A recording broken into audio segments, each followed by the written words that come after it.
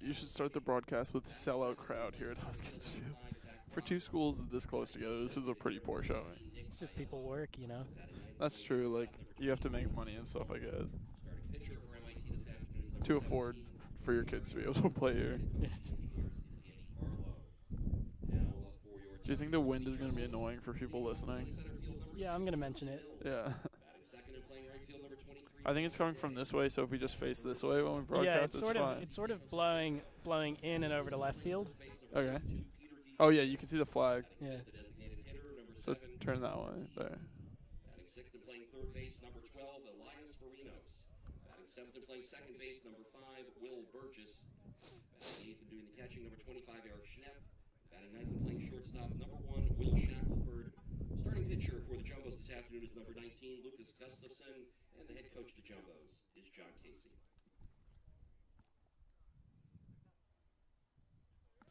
I'm also surprised that Frickman's not starting because he's over 400 on the year.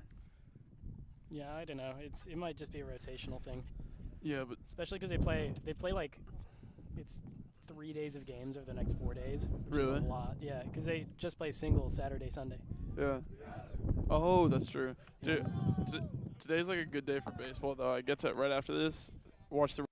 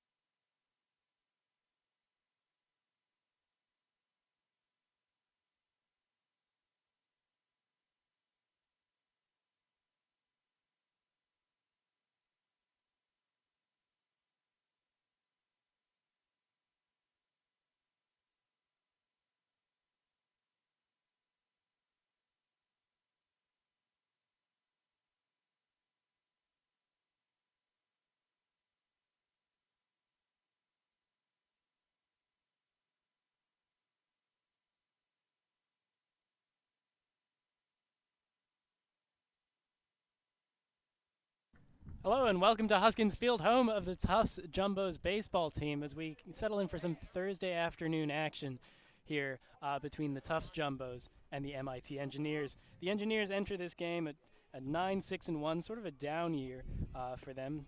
A little hard done by some ranked teams and Trinity from the NESCAC.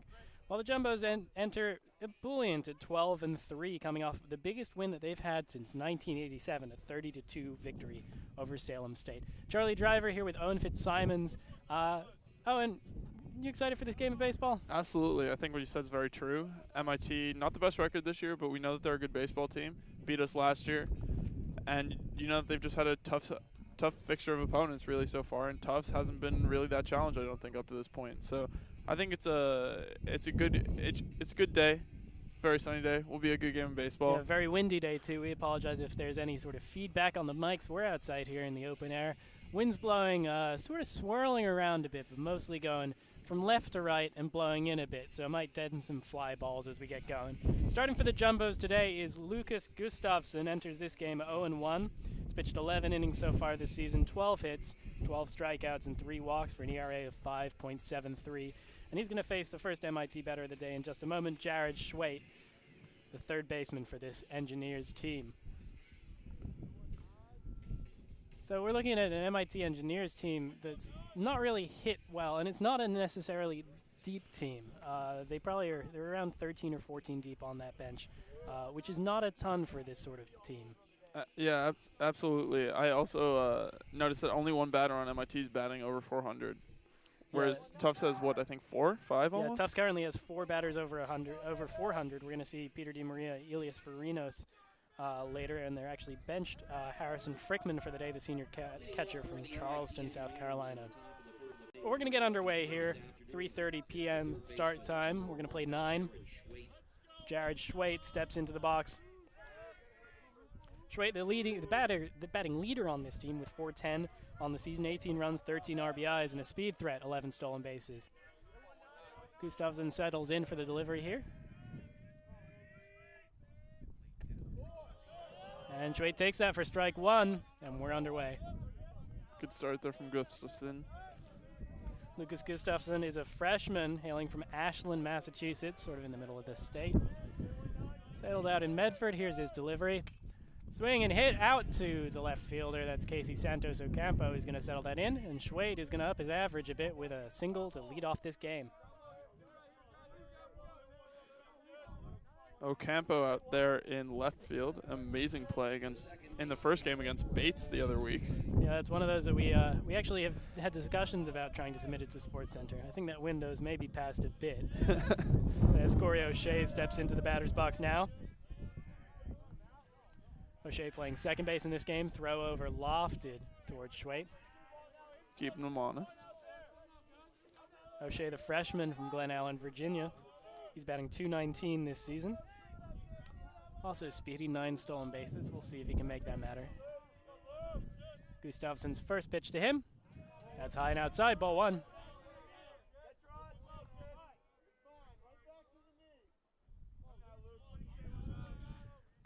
Maybe not the turnout you would have hoped for in terms of attendance today. And not a huge amount of people in the seats, but maybe it'll fill in as people start getting off of work. Yeah, for a Boston rivalry, this is an interesting showing. Swing and a miss, blew it by him. 1-1, count even. Last time the Engineers visited Huskins Field, it was a game that went so long that they had to call it off in the dark. That was an 8-8 tie 2 years ago. Last year, the Jumbos lost to the Engineers, and that game was 10-4. Blew a 3-0 lead after 4.5 innings in that one, and a lead of 4-2 after 6.5. So a late offensive showing by the Engineers put them in the victory column. 2-1 now from Gustafsson.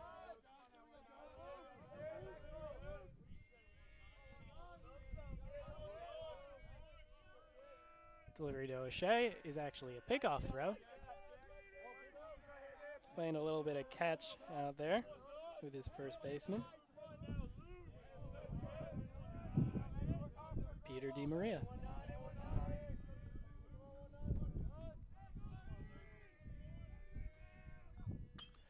And that's lofted. That's looking like it'll just stay in fair play. Ocampo got under it comfortably, and a medium-length fly ball retires the first batter of the game. Good play right there by Ocampo. The right fielder, number 9, Matt Johnston. Here's right fielder Matt Johnston stepping in, batting .338 on the season. Power threat for this team. 5 home runs leads the team. Also batting from the right side against the lefty Gustafsson.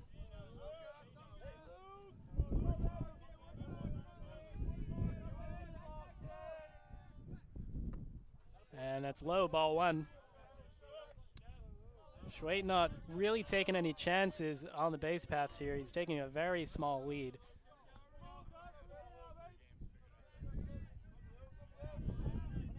.1-0 delivery now from the stretch, and that's going to paint the side of strike zone for a strike there. 1-1. Gustafsson will like that call there. It looked a little bit low. Umpire said at the knees. Settles in 1-1 delivery. And that's topped foul. So it'll be a 1-2 now to Johnston.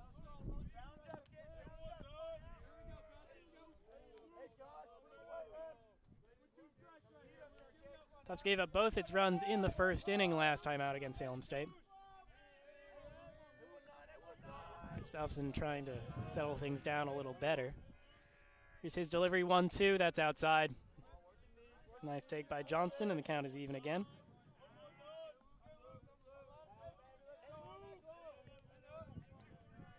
Jumbo's defense playing mostly to pull.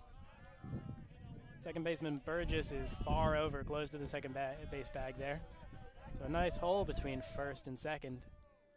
Johnston, though, opting for the other side, and he's going to find a smaller hole there. 2 singles in the first inning against Gustafsson here, as Johnston strikes that one over for a base hit. So runners on first and second, 1 out, and stepping up is the cleanup hitter, Andrew Krause. Krause batting .315 on the season, 9 RBIs, 1 homer. Playing catcher for this Engineers team. Important here for Gustafsson just to calm himself down. He's got 1 out already. As a freshman, I know it's probably pretty nerve-wracking being out there. So, I mean, I think it's a little less nerve-wracking because Gustafsson's probably a much better pitcher than either of us.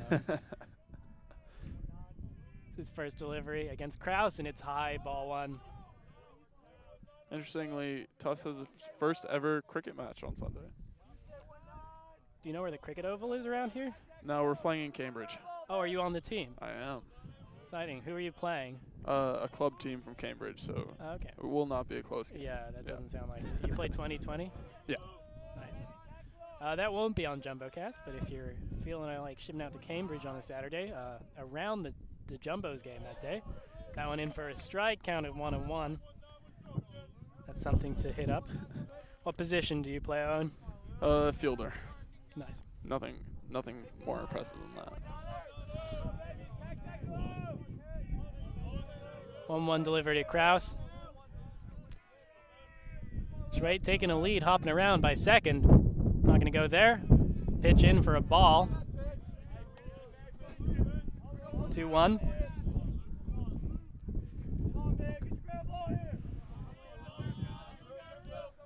Gustafsson probably hoping for a nice grounder for a double play here. That'll get him out of some early trouble. Absolutely. Second baseman, like you said, pushed back pretty far, though. Wind now blowing firmly in.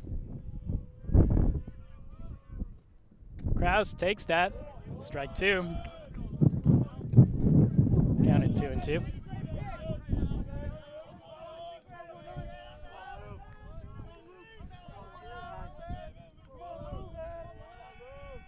Schweit, not one of the bigger players that you'll see play baseball, only at 5'5", more of the Jose Altuve build.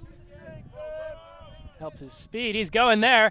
Pitch in, throw to second. Schweit's going to be in safe at first, safe at third, and looks like we have an injury there maybe. It looked like a head-to-head collision with Johnston by the shortstop there. Sort of an awkward play. That was Shackelford. Looked like the throw got the other side of the bag. Johnston's safe, unable to come down with it, was Shackelford, and I don't think he had a tag anyway. Yeah, hate to see it, especially this early. That'll be Schweit's 12th stolen base of the year and the 11th for Johnston, so speed on the base path really helping the Engineer. It looks like Johnston's going to be okay, might have shaken him up a bit. That's definitely a painful one. But Schweit had such a big jump, there was no chance of any play from Schneff, the catcher. Let's go through the Jumbo's defensive alignment now that we have a sec. Schneff playing catcher.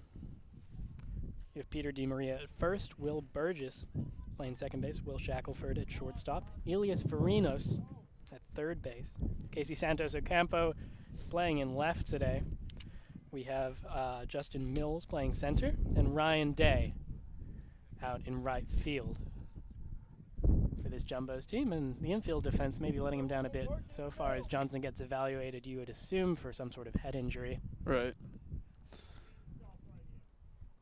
You can see now what a towering figure he is as well. Yeah, bigs and littles contributing on the base path. So that brings us to second and third, 1 out. Yeah, but we're going to just have to take a pause here. If you look over at Jared Schweit, I think it's a cardinal rule in baseball that if you're under 5'7", as Johnston looks like he's going to stay in this game, if you're under 5'7", you got to wear your socks high.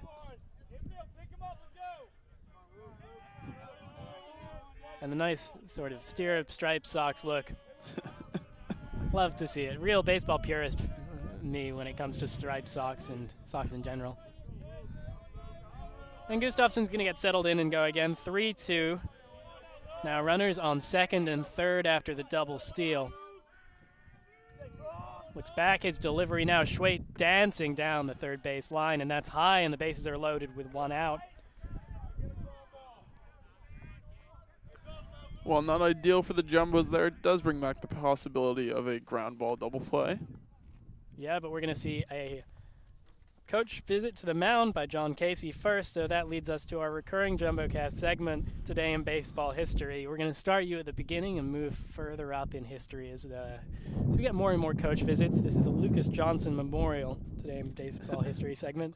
So in 1911 today, today's April 4th, the MVP award was introduced in baseball, sponsored by High Chambers, Ty Cobb.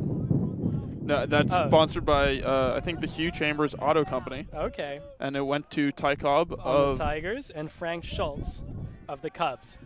That was in 1911, 108 years ago. The left fielder, number 19, Thomas. Who won it last year? Thomas Allison stepping into the plate. Oh, well, it wasn't Mike Trout, although he should have.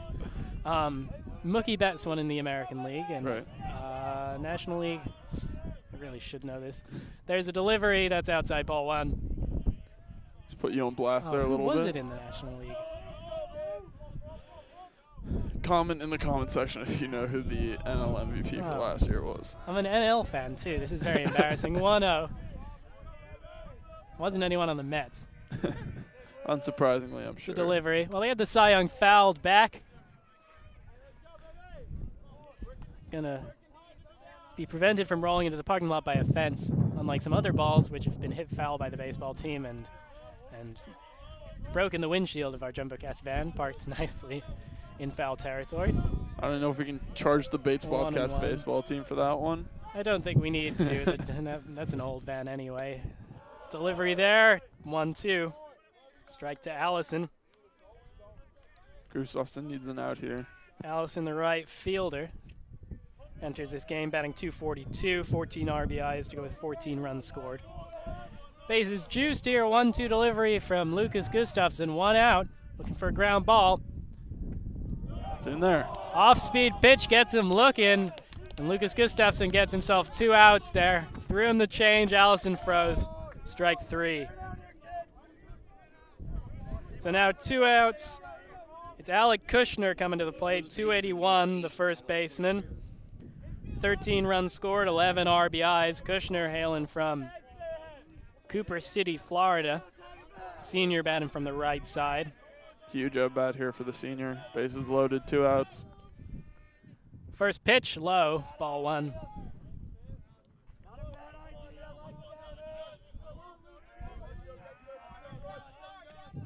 Sixth batter of this inning. 2 singles and a walk loaded the bases. And the pitch that's high, fly ball, playable by the right fielder. And almost losing it in the wind, but catching it is Ryan Day, and that'll retire the side. Lucas Gustafson escapes some trouble in the top of the first, loads the bases early, but comes back to get 2 consecutive outs and get out of trouble with no runs on the board. So that inning, 2 hits, 1 walk, 3 left on base, and no runs, and the Jumbos are going to have a chance to pull into the lead in the first inning of this game. Gustafson did well to get out of that there. Bases loaded, 1 out, turned 0 runs. Pitching today for the MIT Engineers is Nick Charshut, the senior pitcher from Santa Monica, California, 6'1", right-hander on the mound. He's a number 2 pitcher in terms of ERA on this team. Pitched 8.1 innings so far this season, 7 hits, 9 Ks, 7 walks, which is a number to look out for, and a 2.16 ERA. And he's going to face to lead off Justin Mills, the center fielder for this Tufts Jumbos team.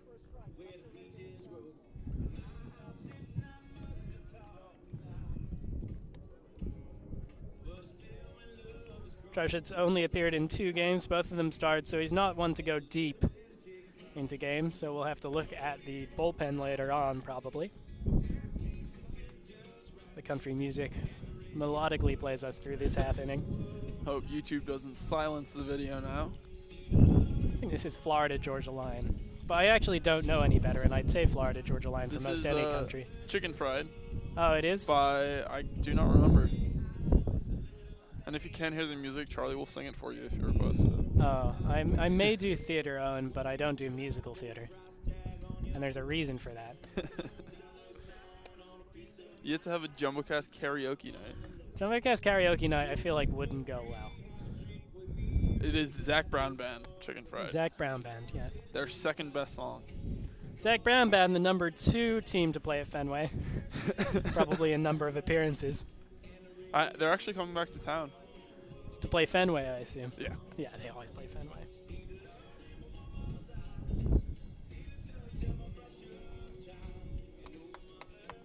Josh just finishing up here, and we're going to see Mills come in now. Chicken Fried relents. In time, 391 Mills on the season. 15 runs, 10 RBIs, 2 stolen bases. It's going to stride into the batter's box now. A little bit of samba. Notice the Jumbos brought in walk-up song for this season. And here's a delivery from Charshut. Charshut, excuse me, and that one is outside, ball 1.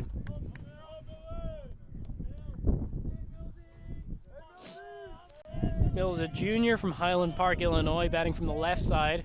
Infield back. That one's going to be inside, ball 2.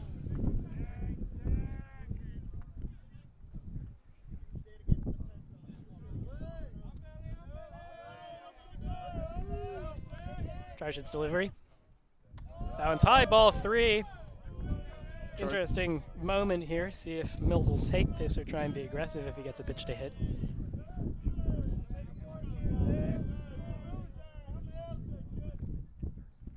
And he's taken all the way for a strike, 3-1. Looked like he might have thought it was a little inside, but didn't get that. Yeah, Mills made the right call there, no matter how it panned out. Charshut struggling to find his control early here. 3-1 is low, ball 4. So Mills is on with leadoff walk. Again, not a speed threat, 2 walks on the season. Or excuse me, 2 stolen bases on the season. Can be tried to be driven over now by Ryan Day, the right fielder. 375, 17 runs on the season, only 7 RBIs. Ben from the second spot here, also from the left side. Right fielder number 23, Ryan Day. From the stretch, delivery. Strike 1, a little more accurate from there. Both teams showing offense early, which is a good sign for us as spectators. Wind's sort of dying down. Lofty off-speed pitch is high, ball 2. Or excuse me, ball 1, 1-1. That one did not look too far off. Charshut maybe trying to place it a little. Quick delivery. That one's inside, ball 2. Showing some nice stretch action, sort of varying his speeds there, Charshut. Keeping Mills honest on first, but hasn't looked over to throw, maybe because he's not a huge speedster. That quick delivery swung through. Big swing and a miss there. Ryan Day now 2-2.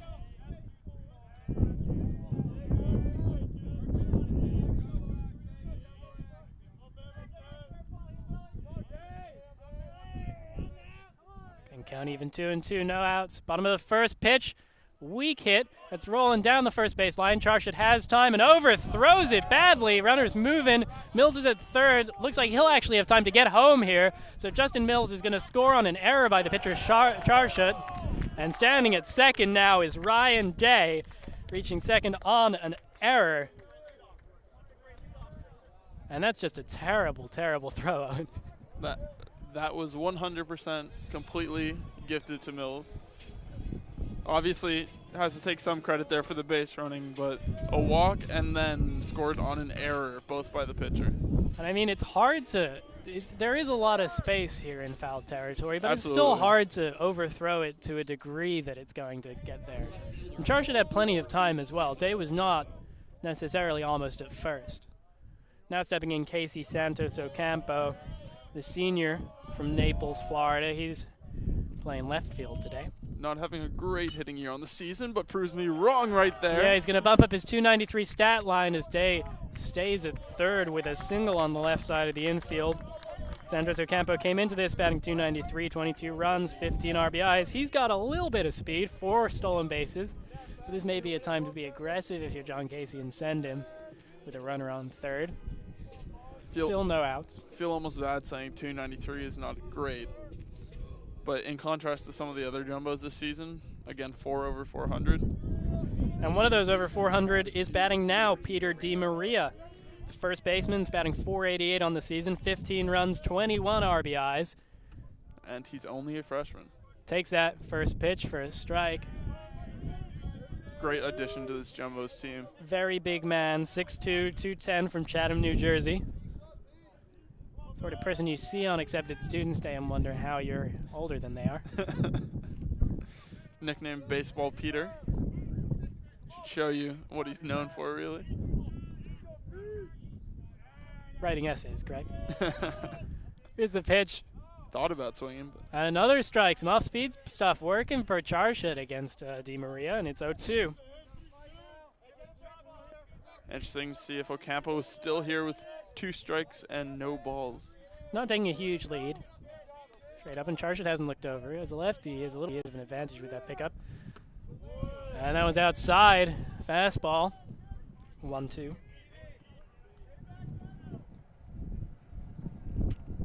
Charshut may be being a little kind to Gustafsson, showing him that, well, you may have gotten into a base-loaded jam, but you didn't let up a run.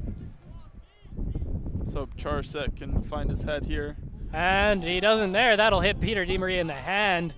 Looks like he's going to be fine. Throws his bat down in frustration and pain. But now we've got bases loaded, no outs. That's never been hit by a pitch before, but I can tell you that probably didn't feel Oh, great yeah, for no, him. that one will hurt. Yeah, right on the hand. I have been hit by a pitch. And not nearly at the speed that they're playing in. And now with bases loaded, it's Kyle Cortez, the DH, stepping in. The designated hitter, number 7, Kyle. With 2 strikes, no outs, to hit a batter, though, is not ideal, to say the least, for Charshut. So we may see a mound visit and another fact.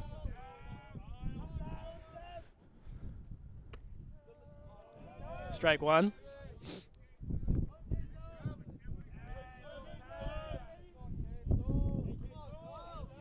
DiMaria seems to have shaken it off. Bases loaded on 1 hit, a hit by pitch and a walk. And an error as well. Ball 2, or excuse me, ball 1, 1-1.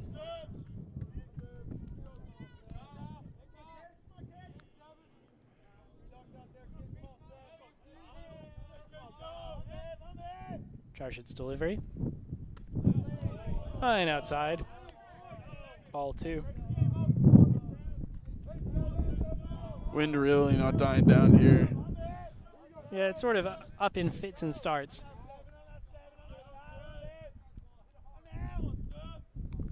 The delivery. Good pitch, but just outside. Cortez, nice eye, taking that. It's 3-1 now. Hitters count. Pretty much anything will score a run here.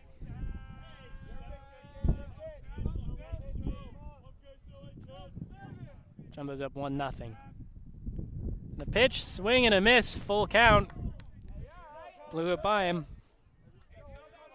Again, big at bat here. A nice job by Charshut getting him with a high fastball.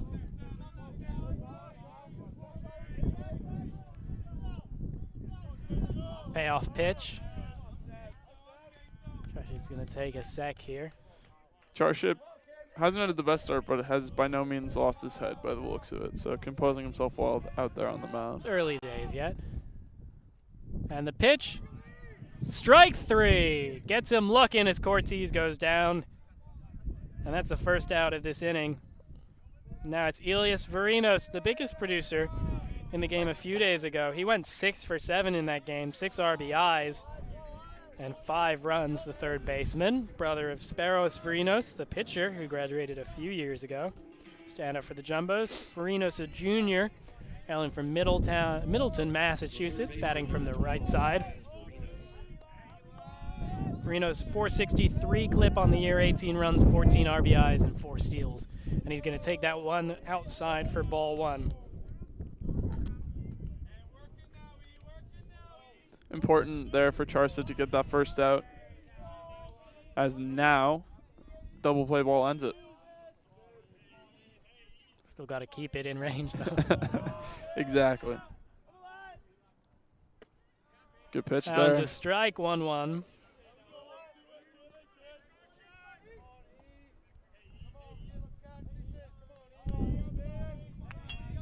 Farino's all the way back in that batter's box. Wants to give himself just enough time to see the pitch. Yeah, it definitely makes a huge difference. Doesn't really matter for that one, though. Well outside, ball 2.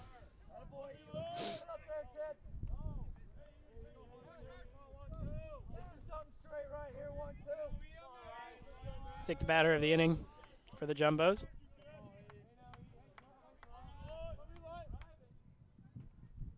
Farino's swinging, grounding it over to the shortstop. Going to take it.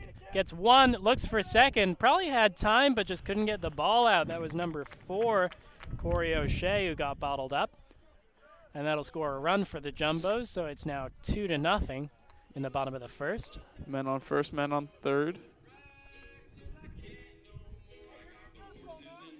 Di Maria thrown out at second there.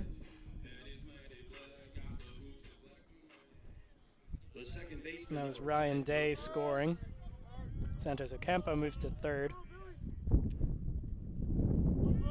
From the stretch, strike 1, that one to Will Burgess, second baseman.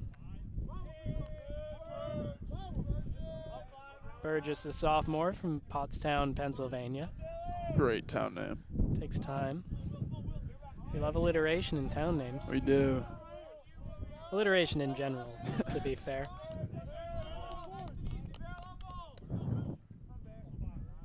And the pitch popped up into the parking lot. It's got the JumboCast van written all over it.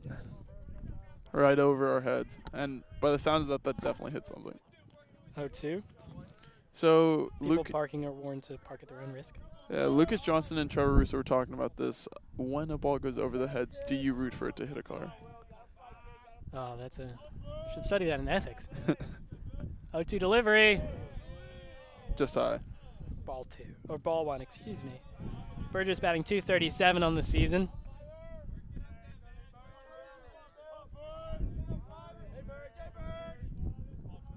Now facing a 1-2 count. 2 outs. That one's low and outside. Runner going to second. Going to be a double steal. Gets in a rundown. Santos Ocampo is going to score, so it's 3-0. But it looks like Farino's is out there. But works to design by John Casey and retires to the side. The Jumbos score 3 runs in that inning on only 1 hit. Fielder's choice gets in another run. An error gets in 1, and another one scores. Or no. For the Jumbos in the bottom of the first inning, they score 3 runs on 1 hit. There was 1 MIT error and no runners left on base. At the end of 1, Jumbos lead by a score of 3-0. Scheduled to bat for MIT in the top of the second inning. Zach Roberts, Nick Aiello, and Ethan Rowland.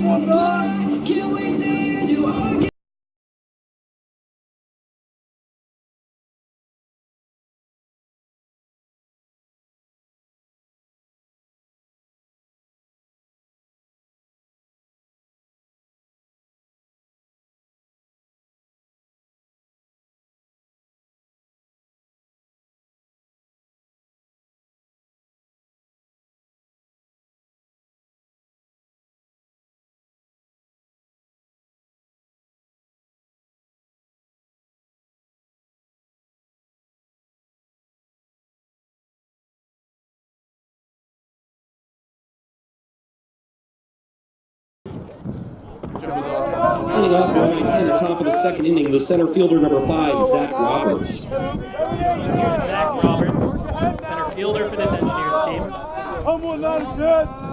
Batting .204, 12 runs, 9 RBIs, 4 stolen bases. For any technical issues, maybe.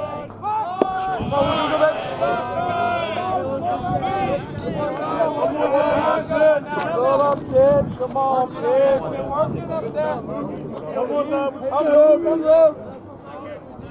I'm bad. I'm dead.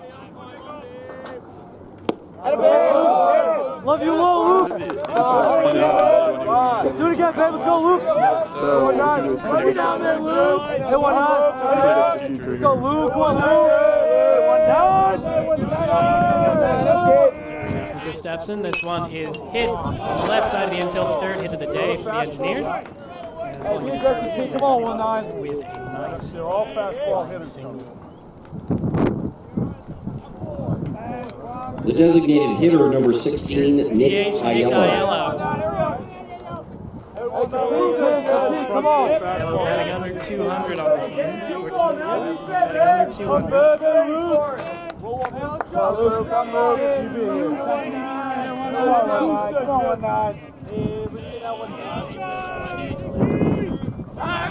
Pickoff throw.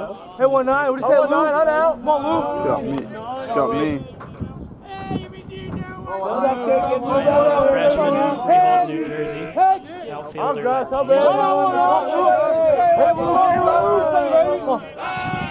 Another pickoff throw. Clearly worried Come on, about Luke. Come on, Luke. Give himself a step out. Roberts with 4 steals on the season. We saw the Engineers win.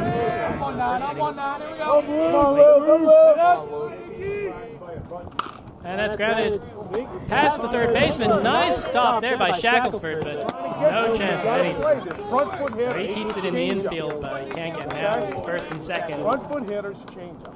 2 singles to start the inning now. Both guys are the front foot there, but just couldn't quite. Here's the number 9 hitter for the Engineers.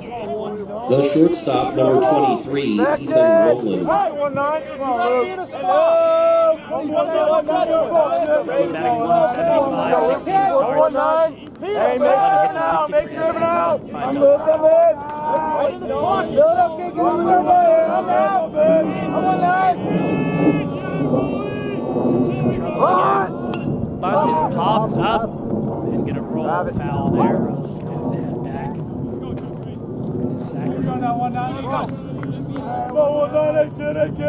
And it's Schwade is up next, back to the top of the order. Come on, Luke. Keep it low, babe. He singled in his first at bat. You gotta be in the spot. You gotta be able to get here. Inside, Come on, Luke. Read. Come on, Luke. Get out. Right, kid. Say, Lukey. Deal one. Low taken, ball one. Come on, Luke. Come on, Luke. Pound yourself, kid. Take it out. Come on now. Hey, we gotta make sure we're not this. Execute, kid. Come on now. I don't actually know there's 2 pitchers back here. Or up here. No, that's right. That's the Come on, Luke. Come on, Luke. 1-1. Look at the bunt, drops it down. Now it's trickling foul. It's going to be 1-2. Interesting to see here. Now it gets approached by Andy Burrow. Hey, Luke, here we go. So 2 of them now run foul. That's a better one than the first one. Go, 1-9er. Hey, Luke, finish the play. 1-9er. Come on, kid. Compete, Luke, out here, kid. Come on now. Just looking to place it down the third base line. They're just off on it. Kid, I'm now. I'm there.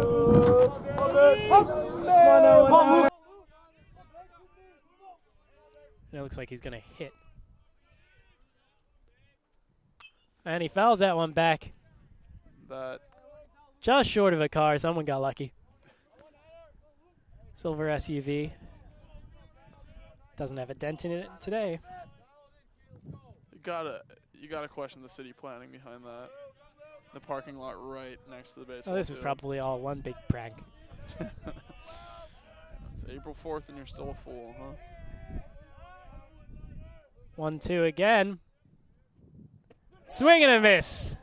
Ethan Rowland down on strikes, swinging. So with 1 out now, we see Jared Schwade, second at bat in as many innings. 5.5 speedster striding into the batter's box. Singled his first time up.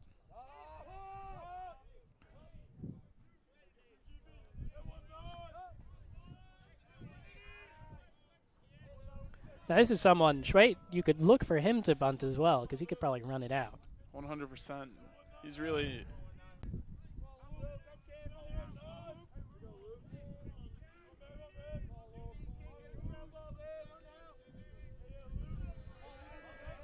Here's a 1-0.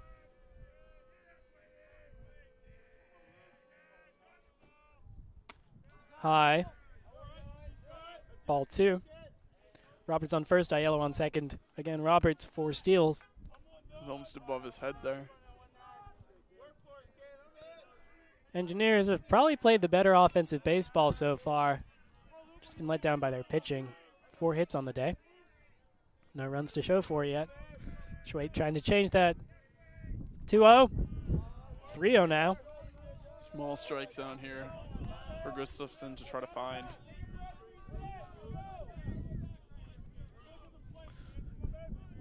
Could have the exact same situation, 1 out, base loaded as he did last inning. Well, we'll have to wait and see for this delivery of the 3-0. Schwait probably taking here. He does. Takes a strike. 3-1.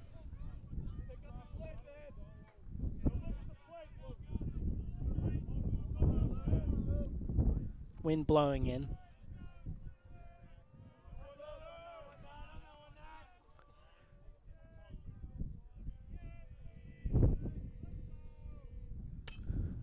Swing right to Elias Varinos. And going to be safe at second. Going back in time is Zach Roberts. But that's a line out to the third baseman, and that's the second out of the inning. The second baseman, number 4, Corey O'Shea. A little unlucky for Schwait. Hit it right at Varinos. Hard as well. But nice instincts from the third baseman. Felt it coming. And here's Corey O'Shea, his first time up. Second baseman flew out to Ocampo in right field. Excuse me, in left field. That ball's outside. 1-0. Good awareness by Varinos on the last play as well to immediately turn to second and try to get the double play. Gustafsson most of the way to righting the ship after letting on the first 2 runners. 2 outs, 1-0. That one's foul to the right side. 1-1. O'Shea did hit it hard the first time. It was a nice hit.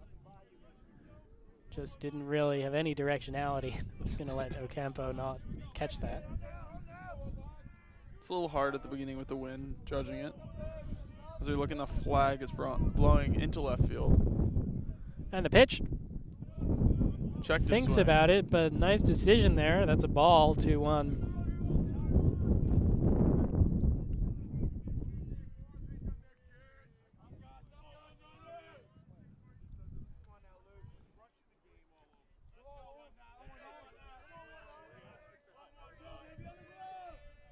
Gustafsson. 2-1. That's right Fouled over our back. heads. Almost hits a car pulling out, but That must be it's not when they test on the road test. 2-2 now, count even. Thanks for joining JumboCast on your Thursday afternoon. We're happy to have you here. And the pitch. Grounded right to Shackelford. Does a nice job collecting it.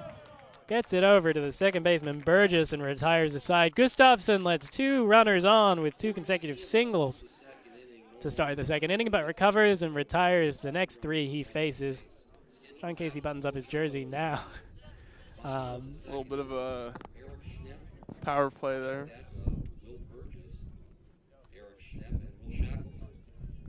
And so that's 2 hits, no errors, and no runs scored in that inning.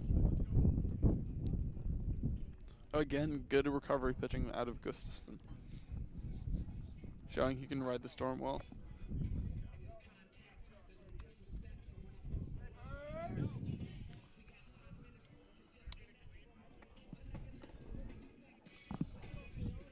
Two earned runs in that first inning for Charshit. JumboCast Music Watch, a little bit of a change of mood as we go from Zach Brown Band to, I believe, X Gonna Give It To You. And that's summoning the arrival of Eric Schneff, the catcher. This is not X going to give it to you. Yeah, I really don't know what I was thinking there. This is 100% the opposite. Let's get it started by, again, I forget the... Oh, I have no idea who this is by. I just remember this from when I used to watch Kicking and Screaming when I was younger. That's a great movie. Absolutely.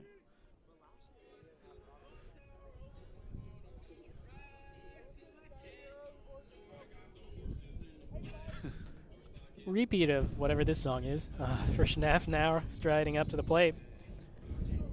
Decided to mix rap and country. The Jumbos in the bottom of the second inning. The second baseman, number 5, Will Burgess. Well, excuse me, Will Burgess at the plate now. He's retired on a steal. That's my bad. That was the double steal. Yeah, the double steal rundown that scored the third and final run of that inning, but wound up retiring Elias Farinos. So a new set of balls and strikes here. Now it's 1-0. It's going to be 2-0 now to Burgess.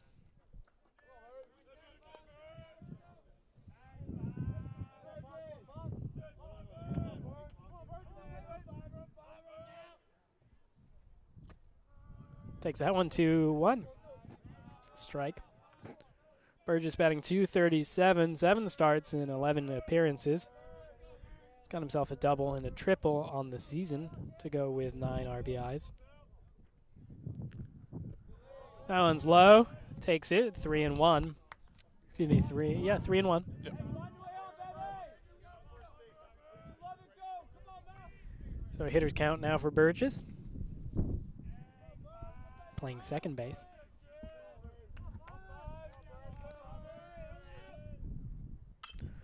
Grounder over to the shortstop. Nicely fielded, but that throw is nowhere near close. Was almost Jeter-esque. Yeah, Roland had a little bit of inspiration, but just didn't have the arm to make that leaping Jeter throw. Absolutely cannot fault the effort out of him. So an infield single there for Will Burgess. Sets him up at first and puts the Jumbos with a base runner and no outs. And here's the catcher, Eric Schneff. Almost 2 innings complete now, and all 4 leadoff hitters have reached base. Schneff batting .250. Takes that one for ball 1.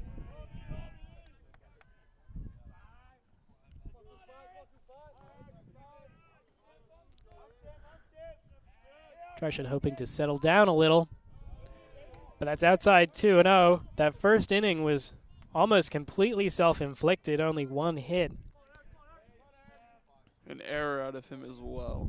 Yeah, the error actually really did the damage there, scoring 1 and allowing Day to advance to second. It's a strike, 2-1. Will Shackelford's going to be up next. He's on deck. Jarshid's delivery, off-speed pitch, outside, ball, 3-1.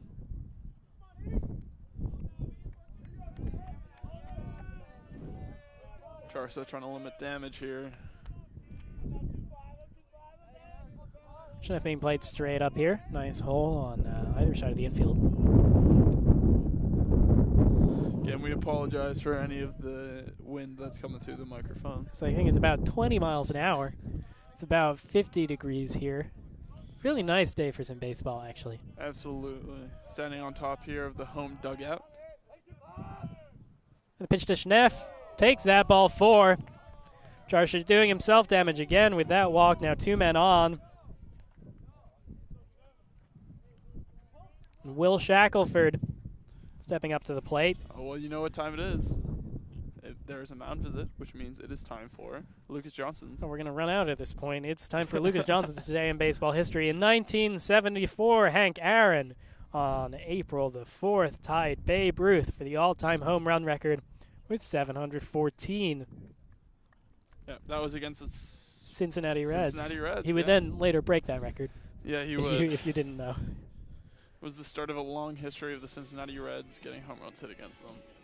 That's what happens when you play in Great American Ballpark. Shackelford 245 on the season, 14 starts, 2 doubles, 7 RBIs and 5 walks. 6 runs scored. 13 runs scored from the bottom of the order. The shortstop, number 1, Will If you're following the Mets, they're going to lose 4-0. Which makes me sad. And if you're surprised, you probably don't watch baseball. Hey, they've started out the season well. They're 5-1. Going to fall to 5-2. Yeah. Interesting team. Yeah, Cy Young winner last year. Oh, Cy Young winner this year. Jacob DeGrom yesterday went 7 innings, hit a home run, struck out 14, only allowed 3 hits. Wow. Dominant. Also has a cutter now. Topped to the left side foul. A 1 to Shackelford now. Yeah, still hasn't really allowed a run yet this season, Jacob DeGrom, and what a guy. It's a long season. Meanwhile, Cincinnati Reds, my team, have 1 win on the season. Have lost now. How are those trades working out for you? Yeah, Puig needs to start performing as they show a bunt there. Yeah, Shackelford never really serious about that one. Pitch was well outside. Ball 1-1-1. Switched on the game yesterday. It was 1-0 to the Brewers. Top of the 9th. 2 outs, bases loaded. Puig stepped up and struck out. Mets have managed to almost blow 2 6-run leads against the Marlins in the 9th inning. And calls for a balk there. An interesting approach from Charsha. Doesn't get it given by the umpire.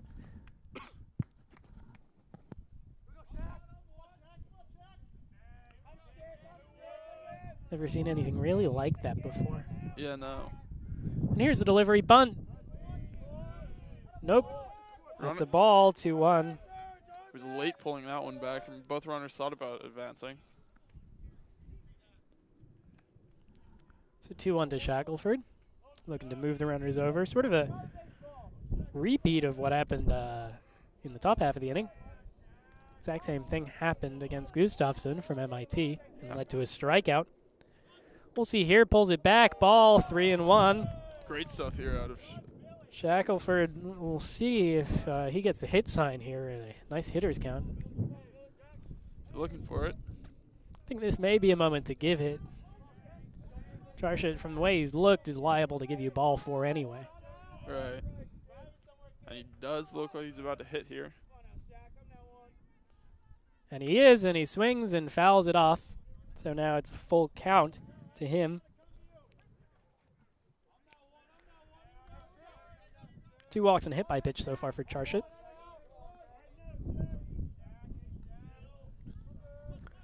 Full count. Will Shackelford, the number 9 hitter. Justin Mills on deck. He walked in his first at-bat. I can also confirm for you that there is a pitcher warming up in the MIT bullpen. We do not have optics on who that is. We'll bring that to you when we can. And here's the payoff pitch. Low ball for Will Shackelford. Came in looking to bunt. Ends up on first base with a walk. Second consecutive walk by Charsha, and that loads the bases with nobody out. Jumbos will be very happy about that at-bat for Shackelford. Took until the 3rd inning on Monday for the Jumbos to explode. They got 10 runs in that one. They also had 3 in the first, so maybe we'll see a pattern here, but that'll be broken if they can get a run in now with no outs. And Justin Mills, top of the order up. Mills again batting .391 on the season. Hasn't had a registered at-bat yet. Walked on 5 pitches, first time up. Charsha. High, ball 1. Can't find the strike zone. It's been his off-speed stuff that's been best. His fastball's been all over the place. Yeah, he had a strikeout in the first inning, I believe, on an off-speed. Yeah, it just stunned Cortez. 1-0.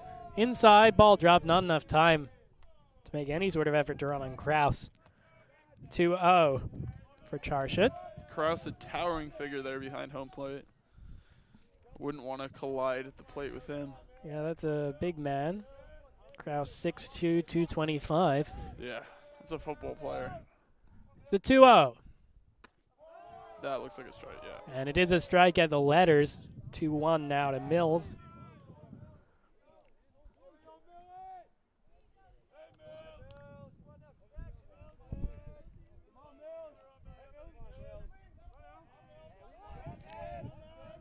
2-1. That's a strike as well. Yeah, just on the inside portion of the plate. So 2-2. Charship battling back now to even the count.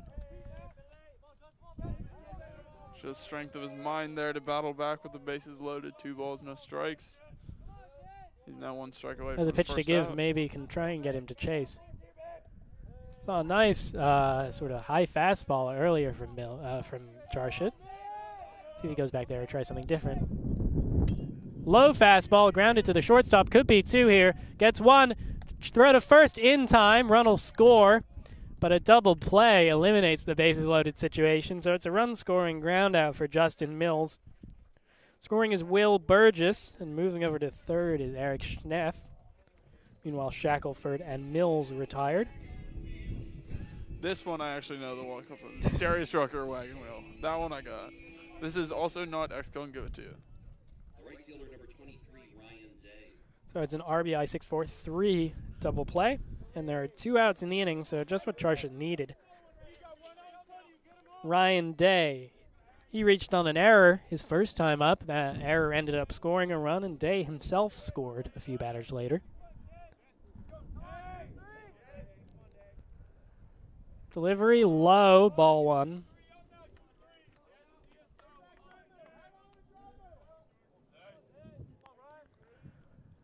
Didn't really get great contact on that error. Rolled it up the first base line, and Charship threw it into the equivalent of row Z.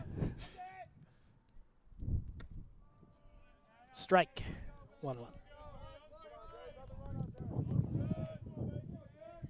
Good at bat at the last for Charship. Was behind 2-0 and came back 2-2 and found a double play ball. It's the sort of thing that he needed. Off-speed pitch gets in there for strike 2. 1-2 now today. Quite an arc on his off-speed stuff. 375, probably a change or a curve. Whatever it is fooling the jumbo batters. Well, when he can place it, and he can't place that one, it's high, and it's going to be 2-2.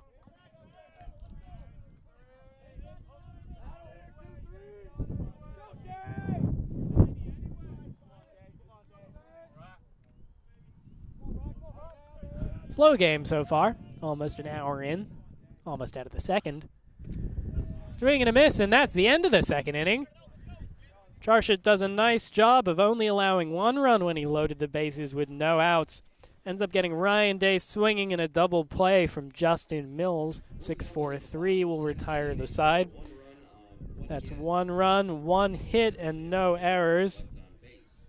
1 jumbo left on base, and it's now 4-0 at the end of 2. At this pace, I hope you guys are prepared for a 4.5-hour broadcast. We are going to be here till, well, the latest we'll go is probably 7. 7? Yeah, I did not pack any snacks, which was a mistake. Interestingly, the tie, I don't know if you mentioned this earlier, it ended because it got too dark. Yeah, that was a game that started, I think, at 3:30 and then wrapped up around 7. So there is a precedent for this kind of stuff.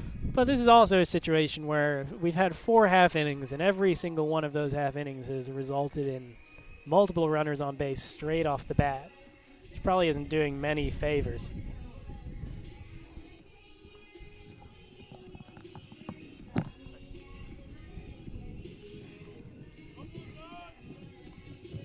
I'm going to have to switch out of my sunglasses eventually if it keeps up at this pace.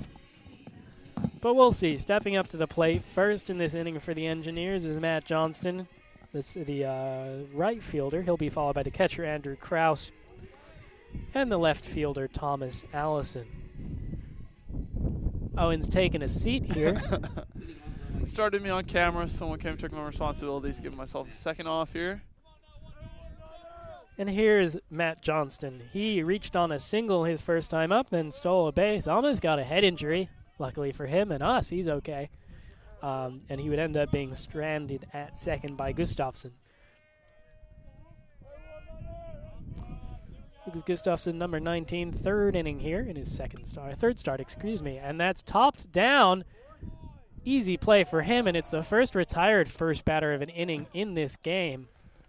Gustafsson giving Charship a little bit of a lesson there on what to do. was almost the exact same as when Charson threw it into Rosie Well, earlier. he knew he had some time even against the fast runner and threw him out comfortably. And now stepping up, Andrew Krause. He walked and was stranded at first in his first at-bat.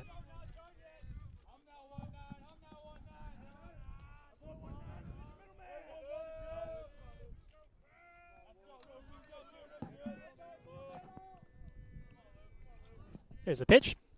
Low, ball one. The flagpole out in left field actually shaking now. It's quivering with excitement. As it watches its pastime be played here on a beautiful Thursday afternoon. That one is up. High and foul into the parking lot. And there's a clang. That one hit a car. A little clap from our cameraman signifies that it was probably a Honda. If you're tuning into JumboCast for the betting odds today, our over-under is 15 cars hit. So I'm pretty sure that would be considered a slow day here at Huskins Field. And that's a deep hit there. That's Gone. well out there. Andrew Krause with a home run. That's his second of the year, and it gets the Engineers on the board. 4-1. A laser shot from Andrew Krause out to left field, excuse me.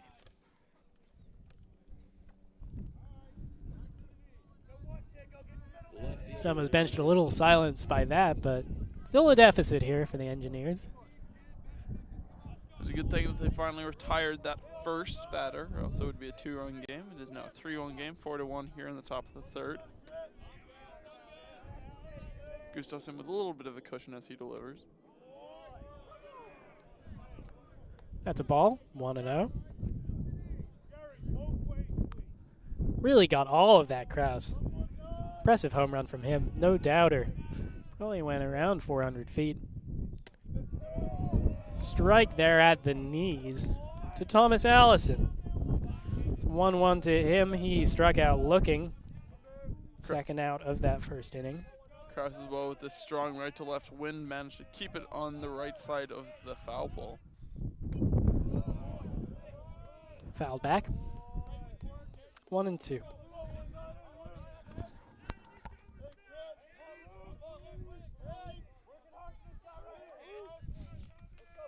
We're looking for back-to-back here. Allison's a decent candidate for it. He has 2 home runs on the season. Not going to get anything on that one. Well outside, 2-2. Talk about it a bit more later. Matt Johnson Jr., actually for MIT, has 5 home runs on the season. Yeah, couldn't get it to go in that first one. Grounding out weakly to the pitcher. Here's the 2-2. Swing and a miss. Struck him out. Allison down on strikes. For the second time, right? Yeah, that's his third strikeout of the day for Gustafsson, and now both types of Ks for Thomas Allison. Looking first time, swinging second. And now stepping to the plate, Alec Kushner. He ended the first inning, flying out to center field. Flying out to left field. Stepping back in now at 281 on the season. 2 outs. Swing and a miss. Strike 1. Great pitch there out of Gustafsson. Fooled him completely. Base is empty. 4-1 game. Top of the third.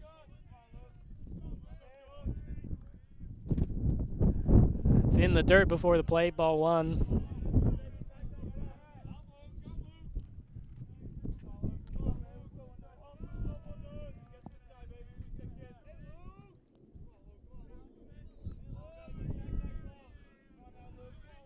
Gustafsson taking his time. 1-1 count, even. Delivery. That's hit. Center fielder ranging over, and he's going to have time for him. Mills coming up with it. And another, that one's a line out to 9 after flying, or line out to the center fielder after flying out to the right fielder. His first time up, and that'll retire the side now. But the damage is done. Run on the board there on the only hit of the inning. A home run by Andrew Krause out to left field. Gustafsson did a good job shaking that one off. 1 run, 1 hit, 0 errors. And now coming up against Charshut is going to be the heart of the order, number 3, the third batter, Casey Santos Ocampo, Peter DiMaria, and Kyle Cortez stepping up.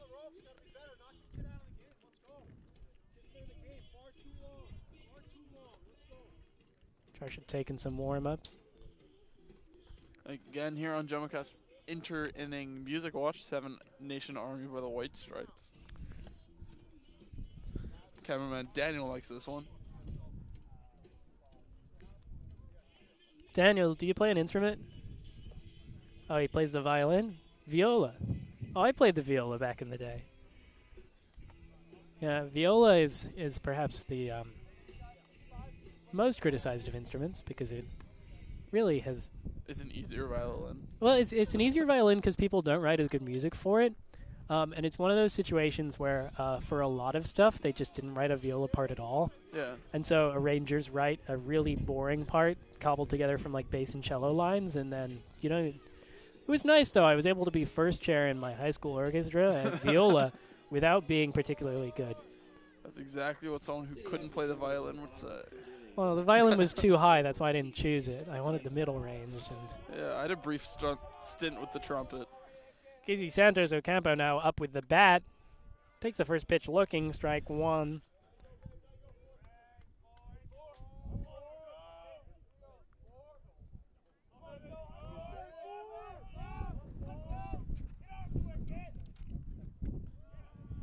Strike two. Getting some off-speed stuff there. Trying to think of some good viola jokes, but I don't have any in my head right now. They were all too short. They're usually about how you need to burn the viola.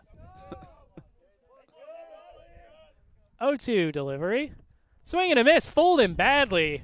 Casey Santos Ocampo strikes out swinging on 3 pitches. And there's 1 out. Charshot now retiring his first of the inning. So both pitchers setting a new precedent here. And if we're following through, that means Peter DiMaria is about to hit his 3rd home run of the season. But we'll see. DiMaria was hit by a pitch on the hand his first time up. Maybe a little bit of revenge here with 1 out. Charshot's delivery. Outside and low. Ball 1.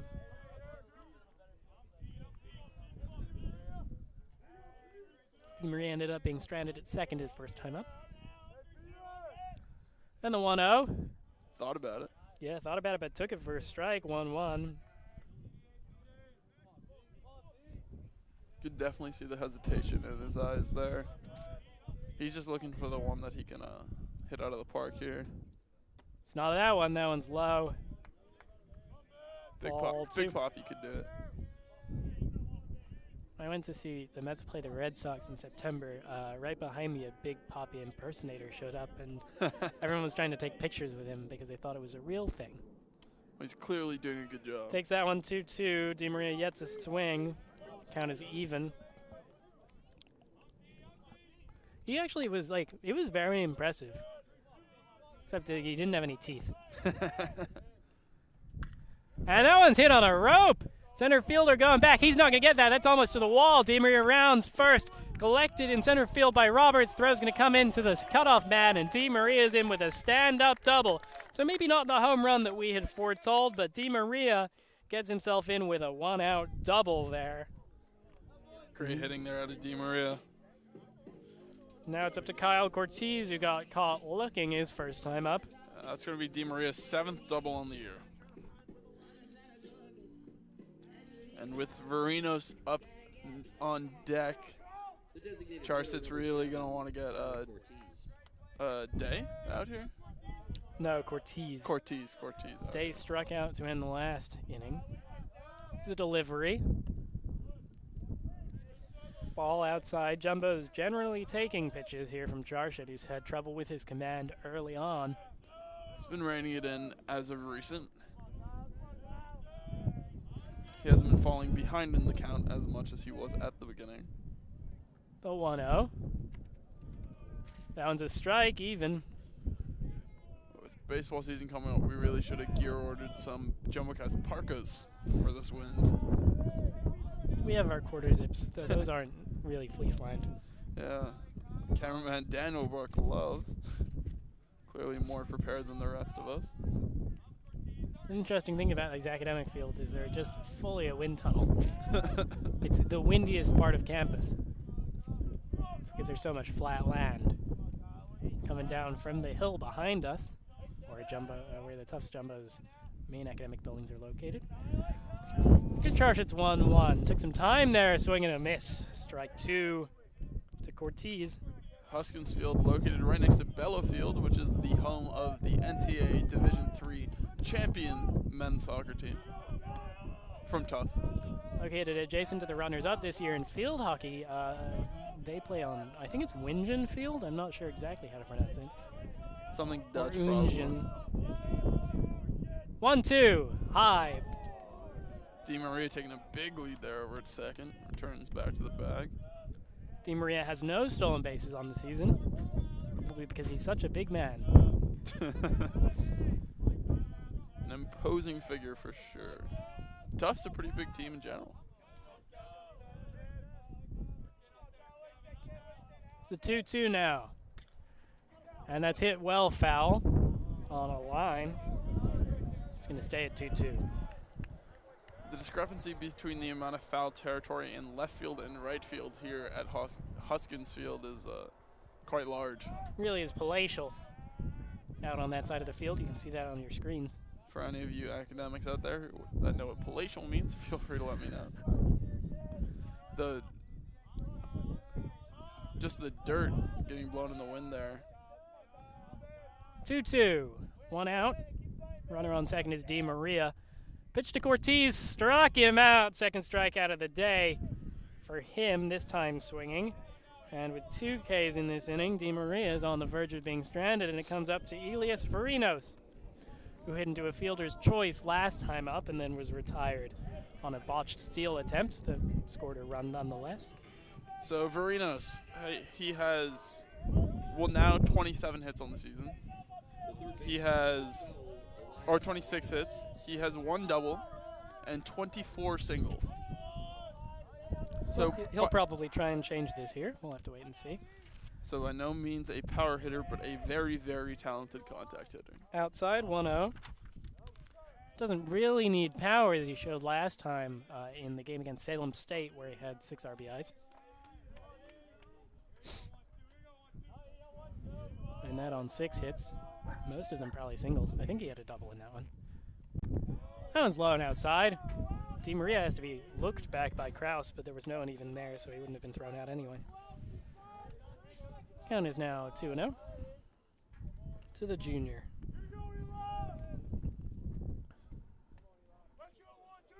Is his name Elon?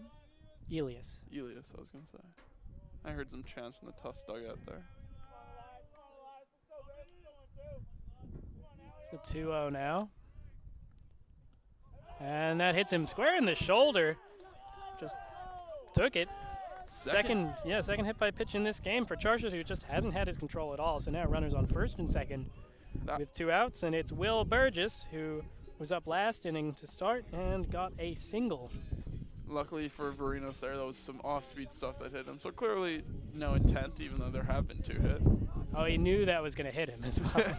You could see it. He helps, just kind of didn't even raise his bat. NCAA Division III, all about sportsmanship here, so we would never see any intentional hitting. Here's Burgess. Strike 1. Burgess trying to negate the home run from Kraus that drew the deficit to 3 last half inning. Bottom of the 3rd here, Charlie Driver, Owen Fitzsimons, Andrew Anderton, and Daniel Mahoney making things work behind the scenes. That's grounded on the right side of the infield, should be playable for the second baseman, and even with a bobble, O'Shea retires Will Burgess. So a ground out to second ends the half inning with no runs on 1 hit and 2 men left on. So it's 4-1 now at the end of 3. We've played a third of the game. It's been about 70 minutes.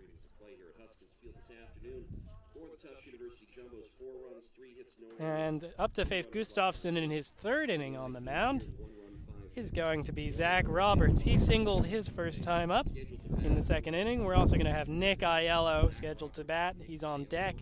Ethan Rowland, who struck out, is going to round out the 3. Gustafsson so far has allowed 5 hits, 1 run, the only damage coming on that homer. sort of settled down last inning after a shaky first two. Looking to right the ship even further and maybe get out of it with a 1-2-3. It's a shame we can't see pitch counts here. But for both pitchers, have to be pretty high right now. It's not been the most efficient day by any standards. Not at all.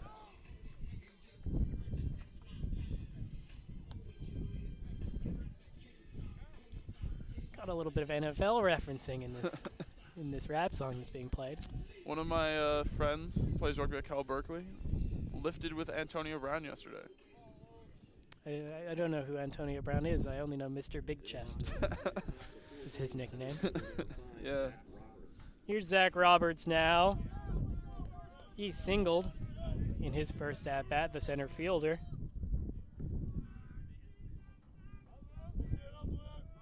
Wound up getting stranded at second in that inning. And the pitch. Thought about swinging first pitch, but let it go. First strike.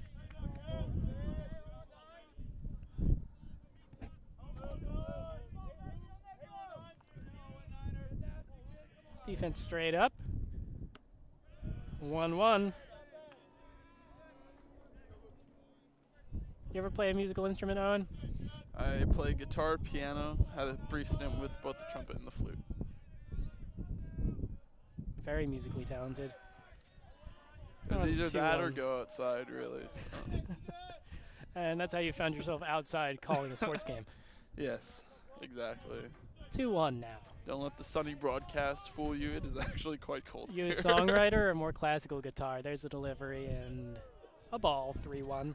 More of a songwriter. I've never had a lesson for guitar. I just taught myself around 2 years ago. Oh, okay. Big I see self-taught guy. Are you, is it like internet lessons or like?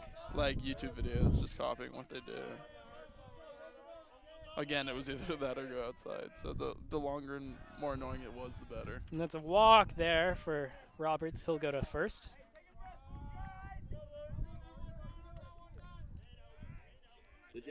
Second walk of the day for Gustafsson.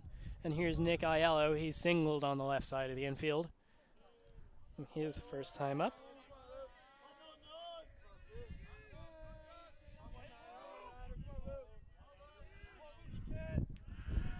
Pick-off throw. Never really any intent behind that one. Yeah, other than more to of a keep him in warning check. than anything. Let him know that he is watching. Gustafsson stands on his mound like Big Brother. Looks to deliver. First pitch swinging, gets past Verino, stays in the infield, and Luckily, yeah. Aiello's going to be safe there. I'm going to give that to him as an infield hit on my score sheet. So his second hit of the day now. Gets first and second. Sort of an exact repeat of what happened in the second inning. Yeah, it would be That hard. led to a K for Ethan Rowland. Would be hard to charge Varinos with that one. He did well to keep it in the infield. Yeah, probably could have gone for two, actually, with the speed of Aiello. Roberts at least definitely advanced to third if that had gone through. So nice job by Elias Varinos in the field, diving down and getting that ball trapped at the very least. And here's Ethan Rowland. He struck out swinging, looking to bunt, and does successfully this time after two failed attempts, and the sacrifice is going to move the runners over to second and third. Very good bunt there. If he was faster. We need a lot more of of speed there, I think. He did his job. And now we have Mr. Jose Altuve impersonator himself going up to It's that. Jared Schwade. Lined out to the outfield lined out to Varinos last time. Hard hit ball. Rope that was snagged down. And in the first inning, he led off with a single and stole a base on his way to third where he was stranded. One out now. After the sacrifice, runners on second and third. Schwade at the plate, right-handed. Has a nice ring to it, straight at the plate. And if he wants to ever do a podcast as he takes strike one. Speaking of podcasts and related media, JumboCast has its bi-weekly radio show coming up. That's tomorrow at 2 p.m. You can tune in for me, Trevor Russo, and Lucas Johnson talking all things Tufts sports. Bounced for ball two. That's on WMFO 91.5 FM Tufts Freeform Radio. You can also catch that on WMFO.org both during and after our broadcast. Again, 2 to 3 p.m. We'd love to hear you there. Absolutely. And if you Just want to clarify, by bi-weekly we mean once every 2 weeks. Yeah, it's one of those confusing things. Schwait takes that high. 3-1, nice count for him. He's done a really good job of working the count so far today. And Gustafsson back in trouble now. No double play ball. Well, you never know. That's true. Here's the 3-1. Schwait swinging. Pounds out to right field. Playable for the second base Burgess. He's Thinking about tagging was Roberts, but he didn't. Tufts coaching staff not very happy with that. A little bit of a routine play went a little sour there. Well, they would have liked him to, if we listened to John Casey correctly, run it in. Sort of dare Roberts to take off from third there. And now we have Corey Shea coming up 0 for 2 on the day. Flew out in his first at-bat and then grounded out to the shortstop. 2 outs now, man on second, man on third here in the top of the fourth. Gustafsson on the verge of working out of trouble again. Strike one. If Gustafsson gets out of this with no runs, he gets out of trouble better than my little brothers. It's just a little brother thing, though, isn't it? This is just pitching talent. Gustafsson's delivery, That's off a good pitch. speed. Just outside there, 1-1. Tufts dugout disagrees with that strike call, but obviously the umpire's got the best view. Yeah, but you never know. The umpire could be like yesterday in the Houston Astros game where he called a pitch right in the middle of the strike zone, a ball. 1-2, and then went on a power trip and called a strike that was clearly out of the strike zone, and then ejected 2 Houston Astros and said, I can do whatever I want. And the sad part is he can't. Yeah, he's probably not going to get in trouble. Yeah, I watched a great documentary one time about how they train pitchers, umpires, and how they have to teach them not to blink when like a ball's coming at them. There's the 2-1, swing, line drive, center fielder ranging over, and he's just going to get it. Mills with a really nice catch. Saw that ball early, tracked it over, and made the running catch to retire the side as Gustafsson works himself out of trouble. Runners on second and third with 1 out, and he gets the next 2 batters. That one on a line out to Mills.